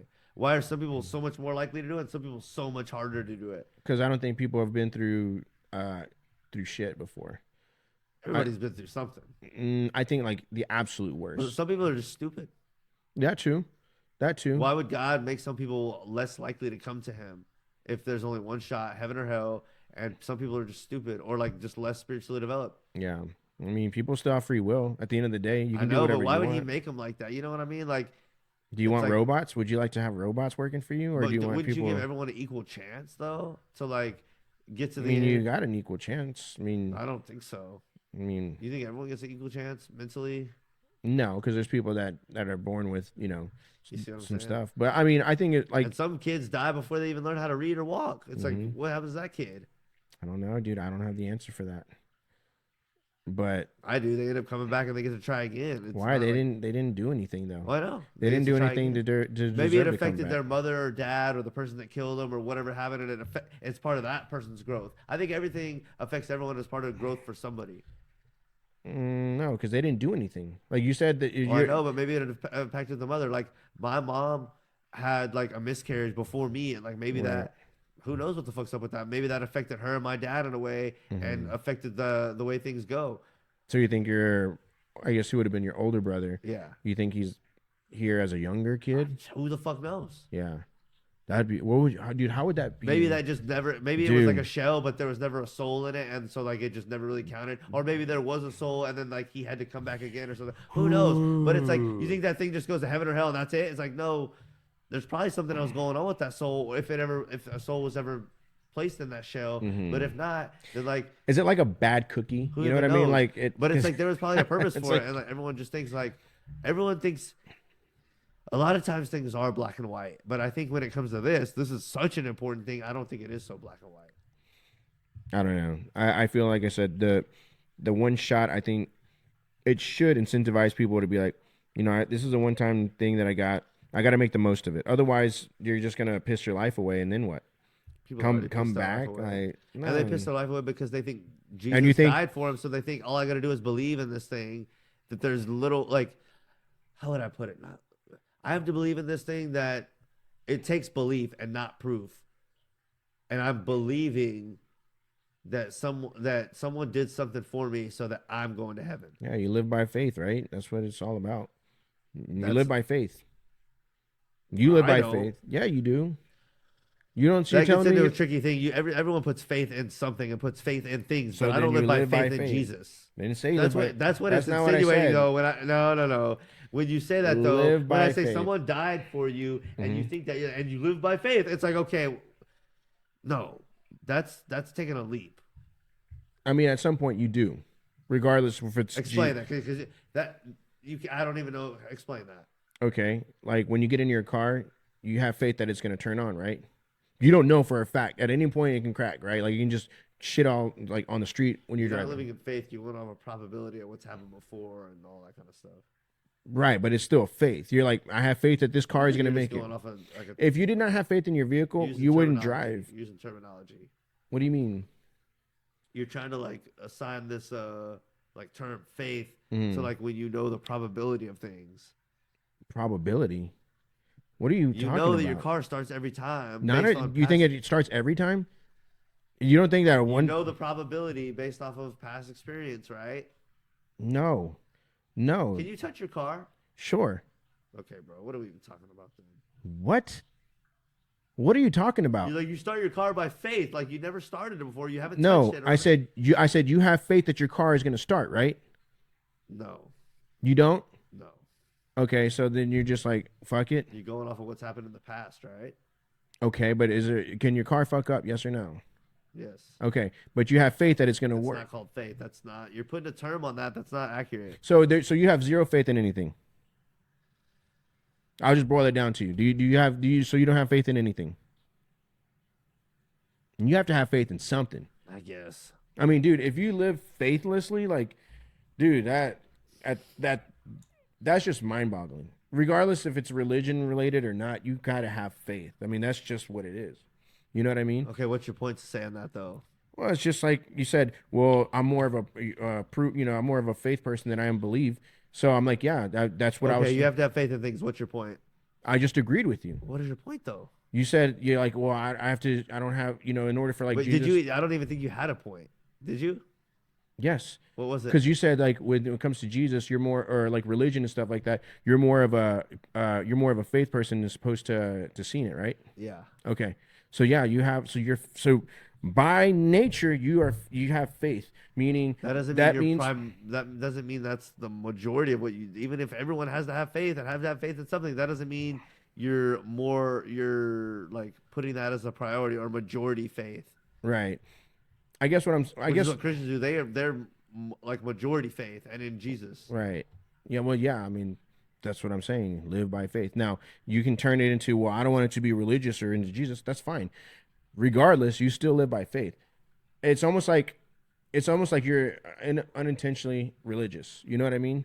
Like at some point you have to be. Some people are, what's the word for it? They're superstitious, right? Like when, for instance, like people when they play baseball or when they watch baseball, they'll eat like 2 hot dogs and stuff like that in hopes that you know what I mean. At some point, some people are religious to whatever. They can be religious to God. They can be religious to a sport. They can be religious to whatever. They make things their religion. Yeah. So you have naturally you have faith. Now whatever it is, reincarnation, Christianity, whatever, that's fine. But for me, I feel like this one shot kind of deal. Like I said, I feel like it's more incentivized for people to live the best life. It's like because here's the thing, if somebody, because you're putting your faith in something you can't see, and that you're putting your faith in someone else did the work so that I get to live forever, and that's chicken shit. Reincarnation's the same way. No, it's not. You're going to do the work in that. You don't have to. You just said you'll just keep coming back. You'll be stuck here. Yeah. But in the other one, someone else does the work for you to move on, and that's fucking lame. Yeah, but it's like, if people know that they're like, okay, cool, I'm just gonna come back, like whatever, it's not gonna matter. If your soul will get tired of this place and you'll end up fucking leveling up and moving on. No one wants to continuously coming back to this shithole forever. People think they do. Oh, it'd be cool to live forever and keep coming back. Eventually, your soul will fucking get tired of it. No one wants to live on this reality forever. Do people work at like retail jobs for the rest of their career? Like that's one life though. Okay. No soul wants to come back to this negative reality over and over and over and over again. I guess what I'm getting at is like people are if it's not rocking the boat or whatever, they're gonna stay at that job for the rest of their life, right? That depends on the person. Sure, but for the most part, people are if they're okay, life is good. And that. Few people stay at a job their whole life. Right. That's not the majority. But not everybody becomes a CEO or like a super badass, right? No. Okay. So I guess my thing is like if you're reincarnating and your life was decent, but you didn't kill anybody, this and that, like where is that? I guess where's that level up part? You know what I mean? I don't know, it's different for everybody. But for you, what do you think? What would be the level up for you? I don't know. Who cares? You do. I mean, this is your religion you're talking about. So I guess my question is to you, like, if you were, Really? what would be like right now in this It's this just the life, best theory I have. I'm not religious to this idea. but you stand firm on it. So my It's just the best theory I have right now. okay, so I'm standing by it, but I'm. What is it where you own an idea but don't let the idea own you? Like I'm standing with it, but I'm open to better ideas, and like I'm not like dying on this hill. yeah, Like I'm owning the idea, even though you don't like the like flip quote things, but like yeah, I'm owning this idea, but I'm not gonna own me. Where like if there's better evidence or I hear a better idea, I'm open to changing my mind. I'm not like married to this idea, like this is it. yeah, But it's the best thing I've heard by to this point by yeah. far. But like, doesn't that concern you though? No, Because it's like if this thing if the bottom of this for your current thing right now, if it falls out and you're like, yeah, this isn't working for me, then what? Like, what do you do after that? but I'm not like weighing heavy on it. It's just the best theory I've had so far, and like I'm open to ridiculing it. And like I've by being critical and like thinking about all the other religions, this is the point that it's led to this far. So, you know, if it's progress to something else or figure out something else better, that's fine. But it's the best thing I've heard so far. It makes way more sense than anything else.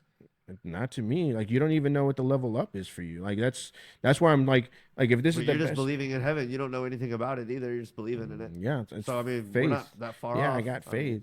Well, I'm both more. don't know, We don't, right? You're absolutely correct. Yeah. But I know for me, like, again, this is why I'm like living this one shot, like this one life, this one shot. For you, you're like, well, you how said come? this is why. What is why? Why, like, I try to be the best person that I can be, like this, like, Oh, I see. you know what I mean? Like treating people good, this and that, like this one life, this is it. And like I can't see myself coming back. Like for me, it's just not feasible. You know what I mean? Yeah.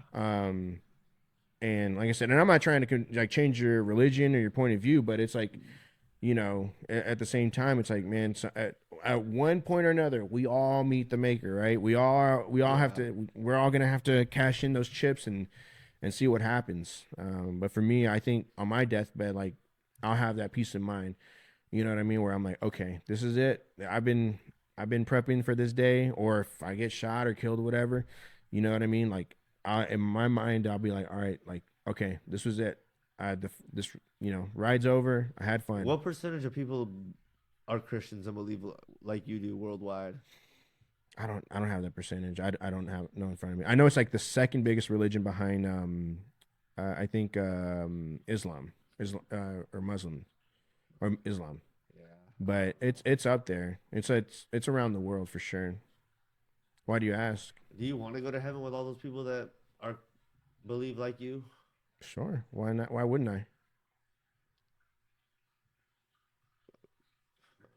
I mean, was I supposed to say no? I don't know. I wouldn't want to. Why not? You don't even know all these people.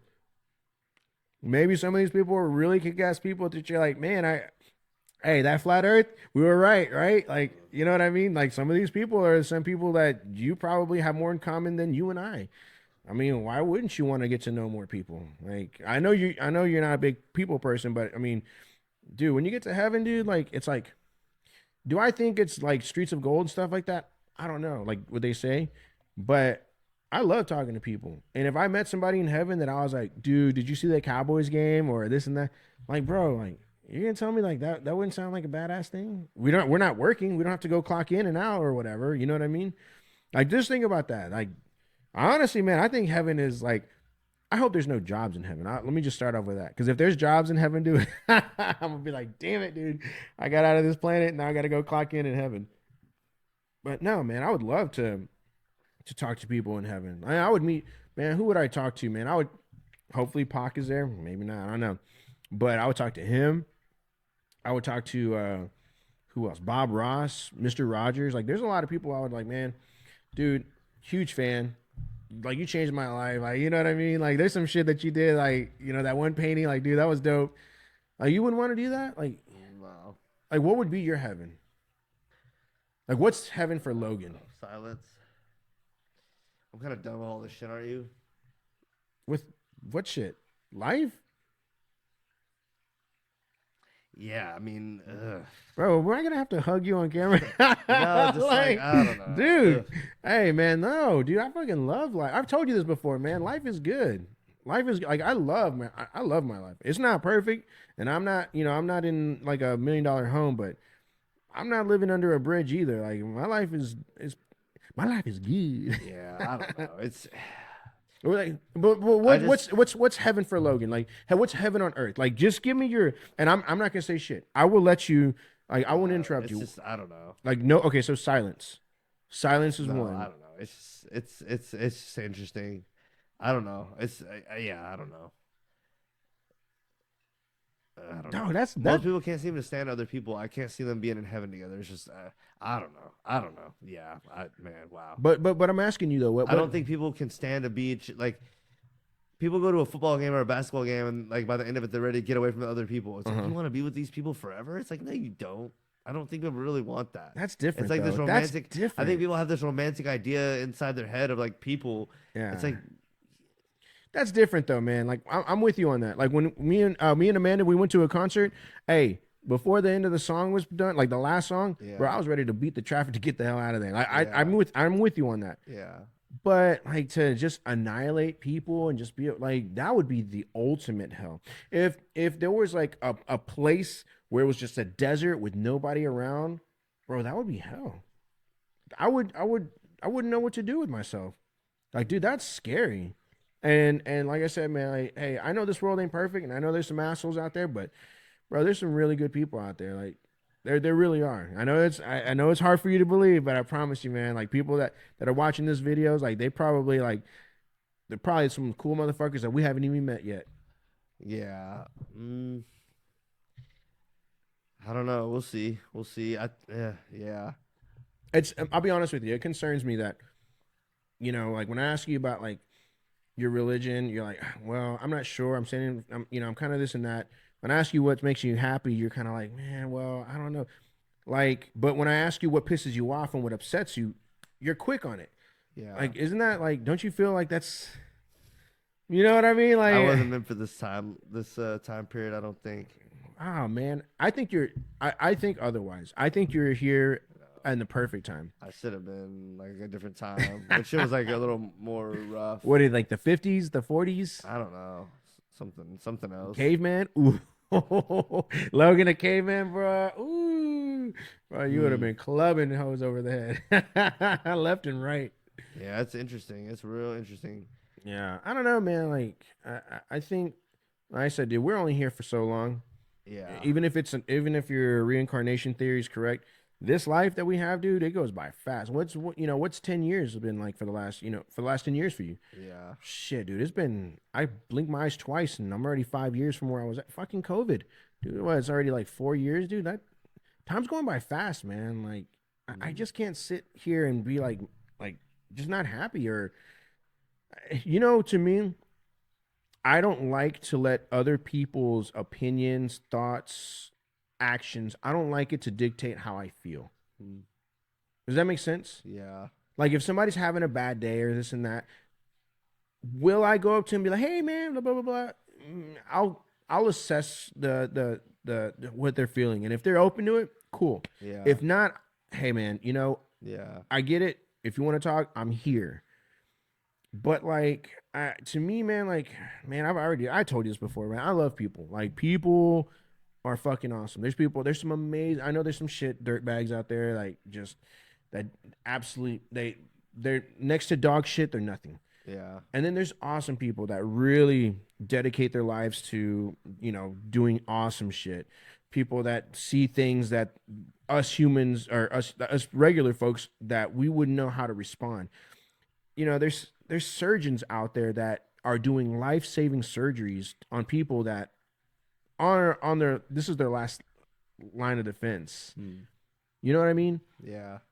And for me, like, I feel like it would be a complete disservice if we got on this planet, stayed here, and was just like, man, fuck people. I hate this world, blah, blah, blah. I can't wait till the world blows up. Like, that's a disservice not only to the world, but most importantly, ourselves. You know what I mean? Because it's like, you can't just have this fuck people mentality for the rest of your life, because then you're never going to really experience good, what good there is in the world. You know what I mean? Like, you're almost kind of keeping yourself away from experiencing awesome shit because you have this fucking guard up, and it's like, when you do stuff like that, you're blocking blessings, you're blocking networking, you're blocking connections that can change your life. You know what I mean? That's the way I see things. I know you see things completely different. But like I said, when I ask you, like what pisses you off or what drives you wild, like there's like a gleam in your eye. Like because people are so far from the truth, they wouldn't know it. Yeah. Yeah. I mean, but we know this. Y'all will see. Y'all will see. When the truth finally hits, the positions will be flipped, and then I'll be happy, and everyone else will be fucking miserable. And that won't make me happy, but just the fact that like the truth is realized will make me happy. But like, I don't know. I don't even want to say sooner than later because that'll be like hard on a lot of people. But I feel like it's we're closer to it now than we were in 2010. I feel like we cannot. I could be wrong, but my feeling is we cannot go on denying the truth to the level that we are, and something not happen. Yeah, and that's. We're denying the truth, and so something's gonna happen. Maybe not, but that's kind of what I feel, and I feel like other people are starting to feel it too. Yeah, Yeah. No, I mean you may not be wrong. You may not be wrong at all. You can't let tablets raise your kids. You can't. AI is not natural. Transgenders are not natural. All this shit's not natural. Being fat's not natural. All this other shit's not natural. We lie to ourselves about every goddamn thing. Right. We don't even know what 5G is, and we just accepted it. All this stuff in life that we just like. I'm over here looking at my phone. Like, yeah, it's 5G. It's like, like then we go to my 4G. Like, now. Yeah, it's. We have a presidential debate coming up with two people that nobody, not that they don't like, that we're just tired of hearing about. Everyone's tired of hearing about the two main presidential candidates. I don't even want to say their names because everyone's just so fucking sick of them. Right. It's like this is the reality we're in, and like. It's like we're accepting it because like everybody's just like giving up. They don't know what to do and they know it's fucked, but they're like, well, we just want to be happy. Like you were saying, like let's just at least be happy. Yeah. It's like it's the end of the world. Let's be happy. It's like everyone's kind of accepted it. It's like we all know this ain't natural and that something's gonna happen. But we're like, you know what? Let's just enjoy the last 5 minutes of the roller coaster, even if we're about to get our head chopped off at the end. Yeah. Let's just enjoy the final dip before we get our head chopped off. Right. Have you ever seen Don't Look Up with Leonardo DiCaprio? No. Oh my God. Long story made short, it's about this astrophysicist. Yeah. And he's looking in the skies for, and he sees this one gleam and he studies it. Turns out it's a comet that's heading straight to the planet. And it's like a devastating comet. Yeah. Like the one that killed the dinosaurs before, like it's to that magnitude. Yeah. He goes on news, tells people like, guys, this is really happening. Yeah. Everyone's just like, dude, you're crazy. Like, no way, and then all of a sudden, over time, the star that he's pointing out gets bigger and it gets bigger and people are like, oh, like that's a big light. And he goes, and there's this guy who I guess they try to base him off like Steve Jobs and like a mix of Elon Musk, like those entrepreneurial kind of guys. Yeah. He's like, yeah, well, what we can do is, have a rocket go up there and blow up the meteorite and this and that. And the president is like, that's a great idea, this and that, and it's gonna help my campaign and this and that. But for the longest time, they were denying that it was even there. And by the time they do something about it, do you want me to spoil it for you? Go ahead. This is a spoiler. If you've never seen, if you want to know, watch it. Just give me a second, I'll cut out the next 30 seconds. Speed up. But anyways, long story made short, the missile malfunctions and it doesn't kill the comet. So now it's going to make impact on the Earth. Yeah. And the guy that was like, y'all were calling me crazy for the longest, this and that.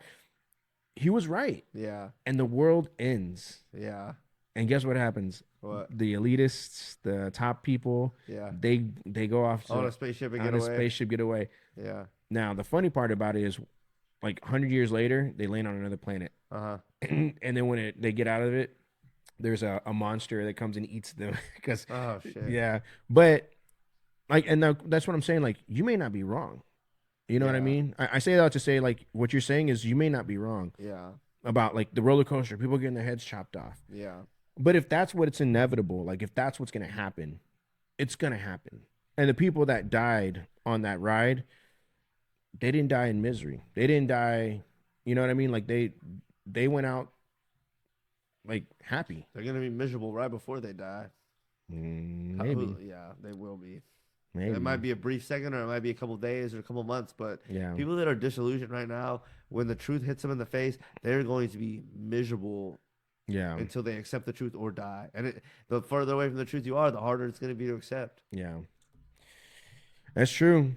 And that can be used in any way. Religion, real life, whatever. Like, if you can only deny the truth for so long before it... And here's the thing. If you think you have to stand before God and be judged after this life, that's no different from the reincarnation thing, because in that you still have to fucking face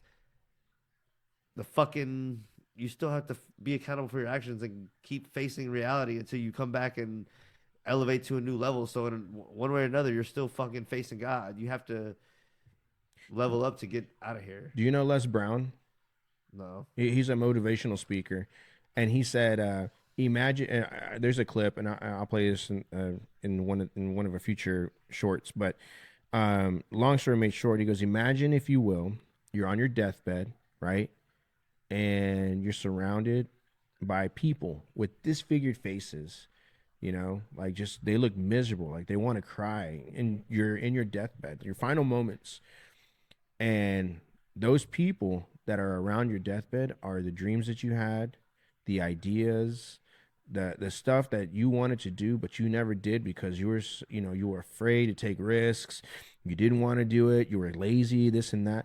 All those things surround your bed are going to die with you, and no one else is going to ever have those ideas. Who cares if you're going to heaven anyway? It's such a stupid... Who gives a fuck? Who cares if you're going to give a fuck? Because who cares? No, who because cares? You totally missed the point. The point is those... That guy's a Christian, right? Probably, yeah. But my point is this.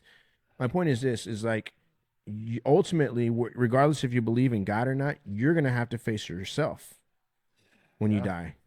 Those final moments, no one's going to be... Some people are not accountable to themselves, so they don't give a fuck. If they die and they know they're dying, yeah, they will. No, they won't. You don't think so? You don't think people are not accountable? They you will don't never think? be You don't think that girl I dated is a worthless piece of shit? She will never. I don't give a fuck. But she will never be accountable to herself. Never. And there are others like her. They will never be accountable to themselves. So if there's God, they'll be accountable to that. But they're fucking slime balls. They'll never be accountable to themselves. They'll be on their deathbed smiling. They got away with all that shit. Are you kidding me? That's not everybody. I'm not saying that's everybody. Yeah. But there are some people that are like, no, death is not going to scare them. They're like, I believe in God. I'm going to heaven. That's what she believes. She believes, I believe in God, and Jesus Christ is my savior. And she thinks, like, evil people, a lot of times, they think they're the hero in their book. So she thinks she's the hero in her book. She doesn't think she's done anything wrong, hardly. Yeah. So she, that's a lot of people are like that. They do a lot of bad. They think they're the hero, and I believe in God and Jesus, and I'm going to heaven. Yeah. But it doesn't matter. They're going to be on their deathbed smiling. But it doesn't matter to like you, a fucking idiot. No, it doesn't, but it's like, not everyone's on their deathbed like having a life flashing, humbling, serene moment. I'm sure people have those moments when there's a gun in their face and they're thinking their last few seconds. Some do, yeah, that's what I'm saying. Like, some death is instantaneous and they don't have time to think about it. But for those who have that moment, I'm sure they think about their family, their kids, all this stuff. Those last few seconds before that trigger's pulled, or when they have that heart attack, or they drown, or they burn, they're probably thinking, "Damn, this is gonna suck." You know who I think about a lot about their death? That I'm just like, that must have been the most terrifying way to die. Kobe Bryant, because I don't know if you ever heard thought about it really. We had plenty of time. That helicopter didn't exactly just fall out of the sky like that. I don't know if you ever seen like a helicopter sensor when there's like something wrong with it.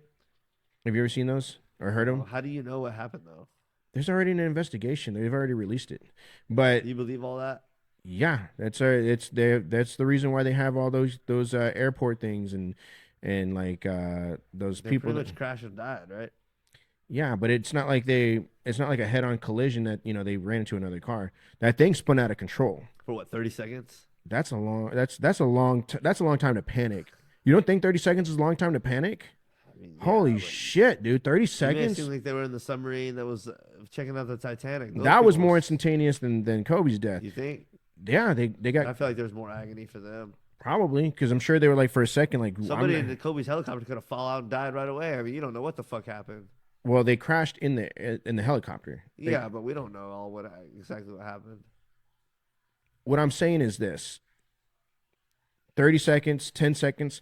That's a long time to panic, and especially if you're in the cockpit with your daughter, or not the cockpit, but when you're riding there, and you're thinking, "Oh fuck, I have my daughter with me, and this helicopter is going down. Hopefully, we'll make it out." We don't know, but that is that would break my heart. I'm sure Kobe was like, "Fuck," that was probably his first thing. You know what I mean? And I'm sure on the way, whether it was 10 seconds or 30 seconds, he was thinking, "Damn." At least he did. You know what? Actually, I think the toughest part for Kobe, and even for myself, is I don't think he got to be the father that he wanted to be. You know what I mean? Like he was more involved with his daughters after, I'm sure, but like he'd only been retired for like 2 or 3 years before the incident. You know what I mean? Like, bro, he had been playing basketball longer than he was not playing basketball. Yeah. You know what I mean? Like, was it all worth it? Yeah. I don't know. Like I said, I say all that to say this, man. Like, regardless of your religion or whatever you think is going to happen after you die, we all have to answer the same call. We all have to check out. If we're going to come back or if we're not, doesn't matter. We all leave that door, the same way we came in. And I only hope that, like I said, when I check out, I did everything that I could, everything that I wanted, and just say, okay, cool. And the stuff that I didn't, well, it just wasn't meant to be. It's just something that I never got to. But like I said, I think life is way too precious to just kind of just let it slide by and do nothing with it. Yeah. Time is valuable. It's real valuable. So I get pissed off when somebody like, "Oh yeah, I'll do there and this and that," and they don't. Or it's like, "Man, I waited for you. I wasted time that I could have been with my kids or whatever." Like, be respectful of people's times, Yeah. So if there's one thing that I could tell people is like, just be respectful of people's time. You know what I mean? I would prefer somebody steal $100 from me rather than waste 5 minutes of my time. That's, you know what I mean? Like, that's how much time means to me. I don't know if that made sense. Yeah. Money you can always make. Time you can never get back. Yeah. So, but yeah, man. Damn, dude. I feel like I went on. We went on this for a minute. But yeah, man. I always think about people like when they die. Like I have a book that I don't know if have you seen the stack of books by my bed. I have a stack of books by my bed, and one of them is like famous last words. And it's like literally the last words of people before they died. And it's just like, it's so crazy. Like some of them are just as common as like, "I'm hungry," and then they die. You know what I mean? Or like, "Oh no, I forgot who it was," but there's one guy who's like, there's no light. I don't see the light. I guess he was expecting like to be there, the light. Yeah. He goes, "Oh my God, there's no light. I can't see it." Like, what, he's freaking out and then he dies. Like, it's crazy, dude.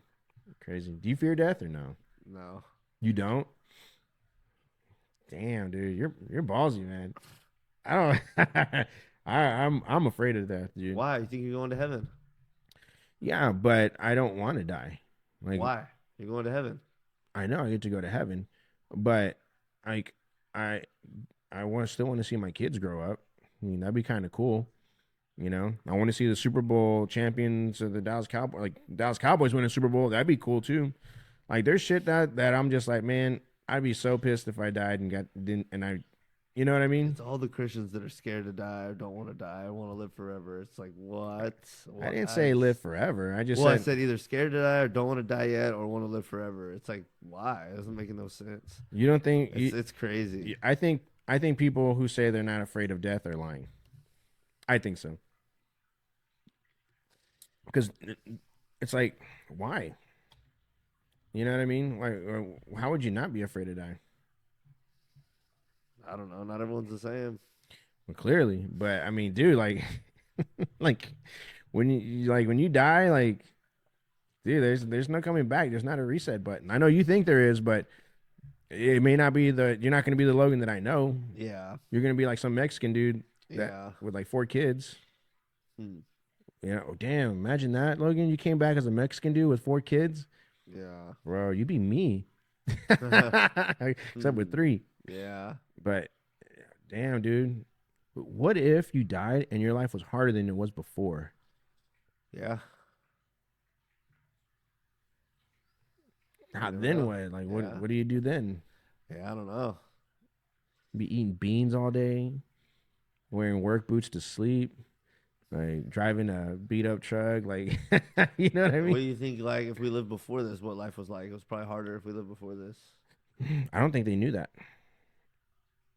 I don't think they knew that. So you wouldn't know if you come back either. You never know. Well, what I'm saying is like the people that were like from like the cowboy days, right? What is that? The 1800s? Yeah. They didn't have to endure like the shit that they did like they're in 1600s. Yeah. Or the 1400s, like when the Pilgrims came and shit like that. Yeah. They were probably like, man, fuck yeah, dude, we got horses. No one knows anything. They, as far as they knew, life was great. Yeah. And guess what? In 100 years, people are gonna be like, damn, dude, they actually drove cars and Life is shit. great, yeah. Yeah, you know what I mean? Like we didn't have to, we don't have to drive cars. We can teleport. I don't know, man. Yeah, and life, man, life. Hmm. So, was there anything else you want to talk about, or? Not that I can think of. Okay.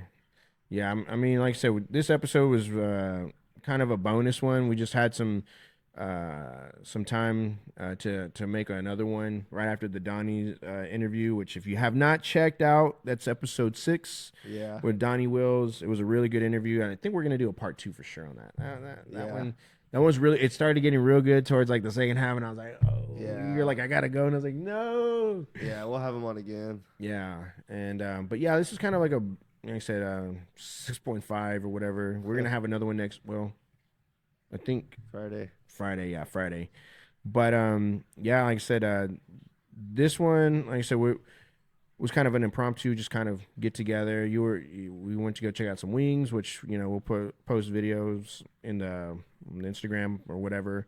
Yeah. And but yeah, man, I'm really glad that you came through. I know, like I said, you're a busy guy, and I am too. But we always try to make time to make another video. Yeah, maybe we need to find another way. I think we were talking to like source topics. That way, a lot of times there's plenty of stuff just on social media or whatever we come across, but it's the beginning of the year. This is always like a slow time for everything in general. So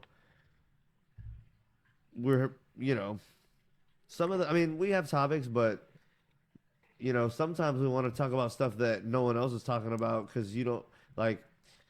It's it can get old always grabbing ideas from someone else. Sometimes you want to have an idea that maybe catches on or whatever. So you don't want to Willie D it. Yeah, really. I forgot about that. Yeah, dude. Man. Yeah. The thing is, it's like you can only talk about a subject for so long, right? Yeah. And you got to find something that's interesting for folks to gravitate towards. And like I said, we're really good at like coming up with a topic and really covering it, but it's just like. It's really hard to come up with stuff that I think people can all kind of be like, oh yeah, that that's dope or whatever. But we've been doing really good. Numbers looking great, looking healthy. And yeah, man, like I said, we're ready for next week episode. What should we call it? 7 or 8? You want to count this as 7? This one? Yeah. What do you want? I mean, I guess we'll figure it out. We'll see. I'll see kind of how long it went. If we got into the topics good enough, and I'll see. I guess how long it is. Yeah. And then we just need we got plenty of things we're working on behind the scenes. We might have a guest in another week or 2. Right. And then we're just continuing to make improvements on the technical side with video, audio. I think we finally got it to where we're pleased with it. So now we're gonna start upgrading video and make sure like the lighting and set is on point, and then just more the technical side, and then also just like we were saying, sourcing topics that way. It's nothing to grab topics off of social media and see what is buzz, but maybe get something before it already has some buzz behind it. Like I kind of follow Star, and he has his channel, The Star Report. Sometimes he's always talking whatever's relevant, but the other day he grabbed a story. I think we touched on it briefly about like companies not requiring a bachelor's degree anymore. Thinking about that, he found that just like maybe it was like slightly trending or like a news article, but it wasn't like major news, obviously. Right. But it was something that's kind of interesting and kind of relevant, but it's kind of like, it gives him his own little, not niche, but like, he broke his, not breaking a story even, but just like covering something that not everyone else is already covering, but still relevant and interesting. Right. So I kind of want to find shit like that and find a way to source stuff like that. So I'm going to kind of try to find like maybe a couple of websites that have stuff that's circulating, but not like already super huge. Right. So, which, by the way, I'm not really big into Star, but what I will say is it takes a lot of talent to talk to yourself. Yeah, bro. Like when I see people that can do that, I'm just like, he has consistently between like 1,500 and 2,000 people. That's wild, bro. That's talent. Like I'll be honest with you, like trying to do a podcast with, like alone by myself, I wouldn't even know what to talk about or say. Yeah. So like when you and I are talking or we're debating and this and that, I'm like, cool. But it's like, man, for a guy to do it on his own, he has a lot of people call in. That kind of helps him. Yeah, but it's like even for them to tune in, like he's got to say something. No, yeah. I was thinking that too because my brother the other day was like, if you get 10 people or 15 people watching you live, that's pretty fucking good. Yeah, I wonder like what our I'll be honest with you. Sometimes I wonder like what our, I don't want to say fan base, but like our viewer base, like where do they stand on with us? Like I know you are on one side and I'm on one side. I'm always like, I wonder if it, or there maybe they might be in the middle. Who knows? Yeah. But I'm wondering if like it's like, man, Josh got a point, or Logan's on his shit. They're probably in the middle. You think? Yeah. I don't know. We'll see. I don't know. I have a feeling I'm gonna be like, they're gonna be like, man, that boy Josh is a loser. Like that boy's in the fantasy world. But yeah, man, like I'll be interested in seeing like, in a year from now, what people are gonna say. Good.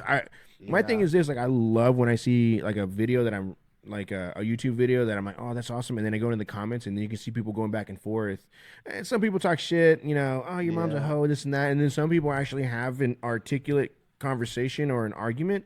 Those are the more interesting ones, because you're like, damn, like there's some people that know how to put their thoughts on paper, and it's like that too right there, like that takes some skill. But I mean, I'm like I said, in the future, like right now, I know comments are just people supporting, which we're very appreciative, but I'm always interested in hearing what y'all thoughts are, like if it's regarding the Savannah Soto. I need to see Ben Shapiro reacting to those Jewish people calling out of the gutters. First of all, let me go ahead and tell you right now, those people really didn't go down there. Don't worry, not even half Jewish. They were really Mexicans. They were just going down there. You know what I mean? Like, good old Ben. Ah, man, that guy's a fool. But yeah, like, like stuff like that. Like, I'm interested in hearing what people are thinking, and like I said, man, a year from now, who knows what we're gonna be at? But I'm like I said, the conversations that we have, dude. Like I said, I love them. I love them, dude. But yeah, man, that's it for me, dude. I'm ready for, like I said, I'm ready for next week, and I'm actually kind of glad that we did 2 episodes this week. Yeah, you know what I mean, I want to find like I guess I said with sports, but find something we can like maybe review every week. I just need to start. It's been hard for me, but I need to get back into the NBA that way, because I feel like that's something people kind of like. Maybe not. Maybe they won't give a shit. But I feel like not if they're a Pistons fan.